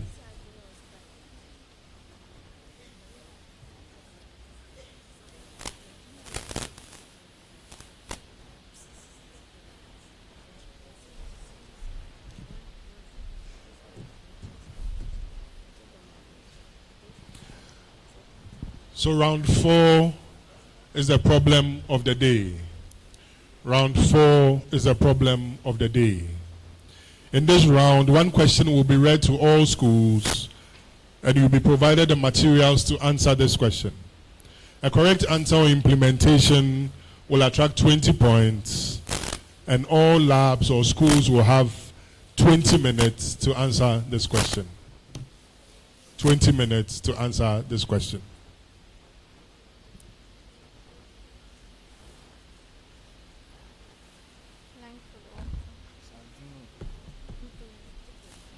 So we are doing a Lego Spike school pedestrian safety controller.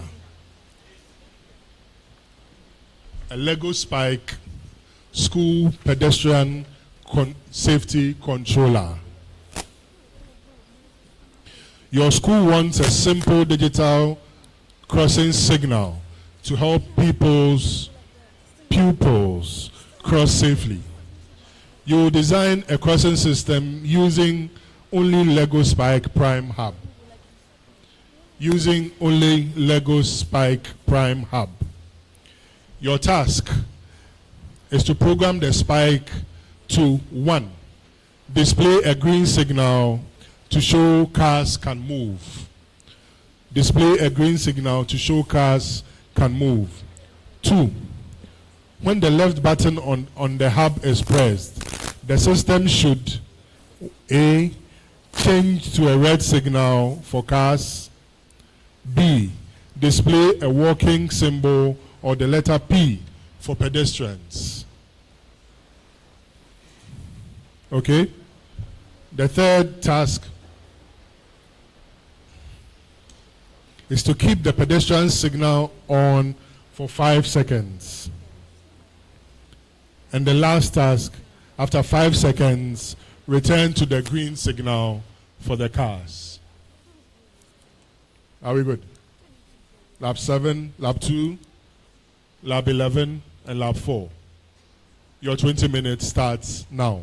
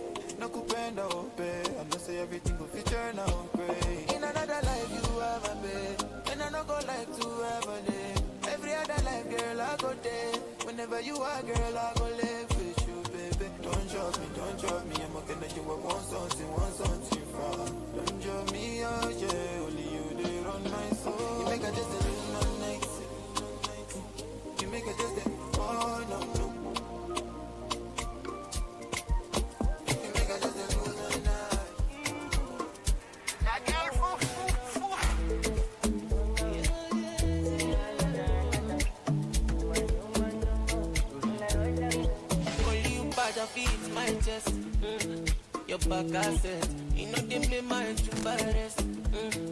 Me see my jolly, but no better me congo no. Baby congo so, you dey see me no fit kill I need to know where you did. Oh yeah, send me a look kiki. Shabali don't know the day. Oh, my nest are not treated. I need to know where you did. Send me a look kiki. Shabali don't know the day. Come to my dad. Oh, excellent, excellent, oh, excellent, excellent. You go put me for emergency. Sharply, excellent, excellent, oh, excellent,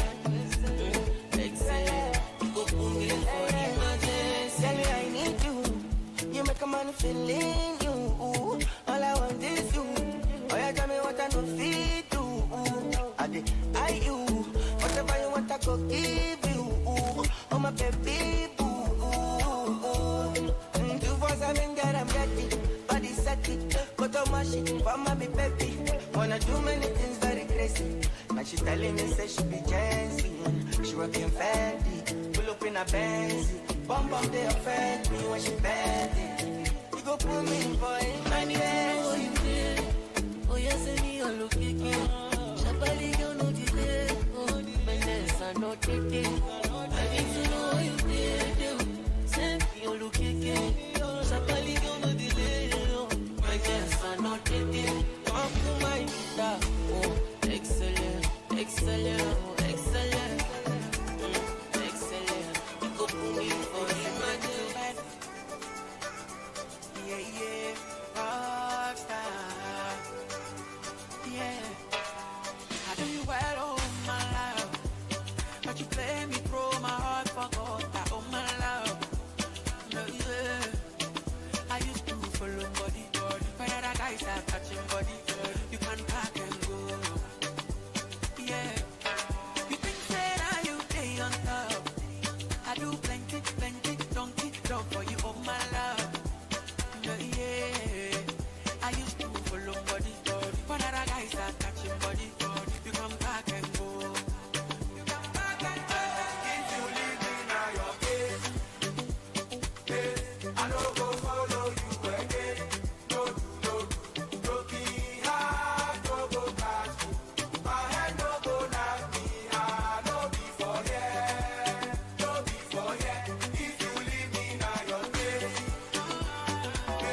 I don't go follow you again. No, broken heart, no go catch me. My head no go knock me. No be forget. No be you say we go stay together. No be you say we go live forever. Oh my dear, you don't remember. I follow you, baby. Follow you, baby. Why you do me like that? You do me like that. My mama tell me say don't go there, but I don't go there, so I get problems. Now me there. I follow you, baby. Follow you, baby. Why you do me like that? You do me like that. If you leave me now, your case. I don't go follow you again. No, broken heart, no go catch me. My head no go knock me. No be forget. If you leave me now, your case. I don't go follow you again. No, broken heart, no go catch me. My head no go knock me. No be forget. My competency every day, and you never thought that I would be okay. You lie to me, you make me want to free. Coming back on your knees, oh no. So you no go get again, or you won't get again. Make you no disturb me, 'cause I no go demand you. Oh no, it's too late. It's too late. It's too late. It's too late. You lost a good one. My obia, shame ringo. It's too late. It's too late. You lost a good one. My obia, shame ringo. With pressure and rising, I've dreamed no bad thinking. When you see sexy body, see piano wine essa, it is one I'm a cosa, I'm a trista, sa. Say with pressure and rising, I've dreamed no bad thinking. When you see sexy body, see piano wine essa, it is one I'm a cosa, I'm a trista, sa.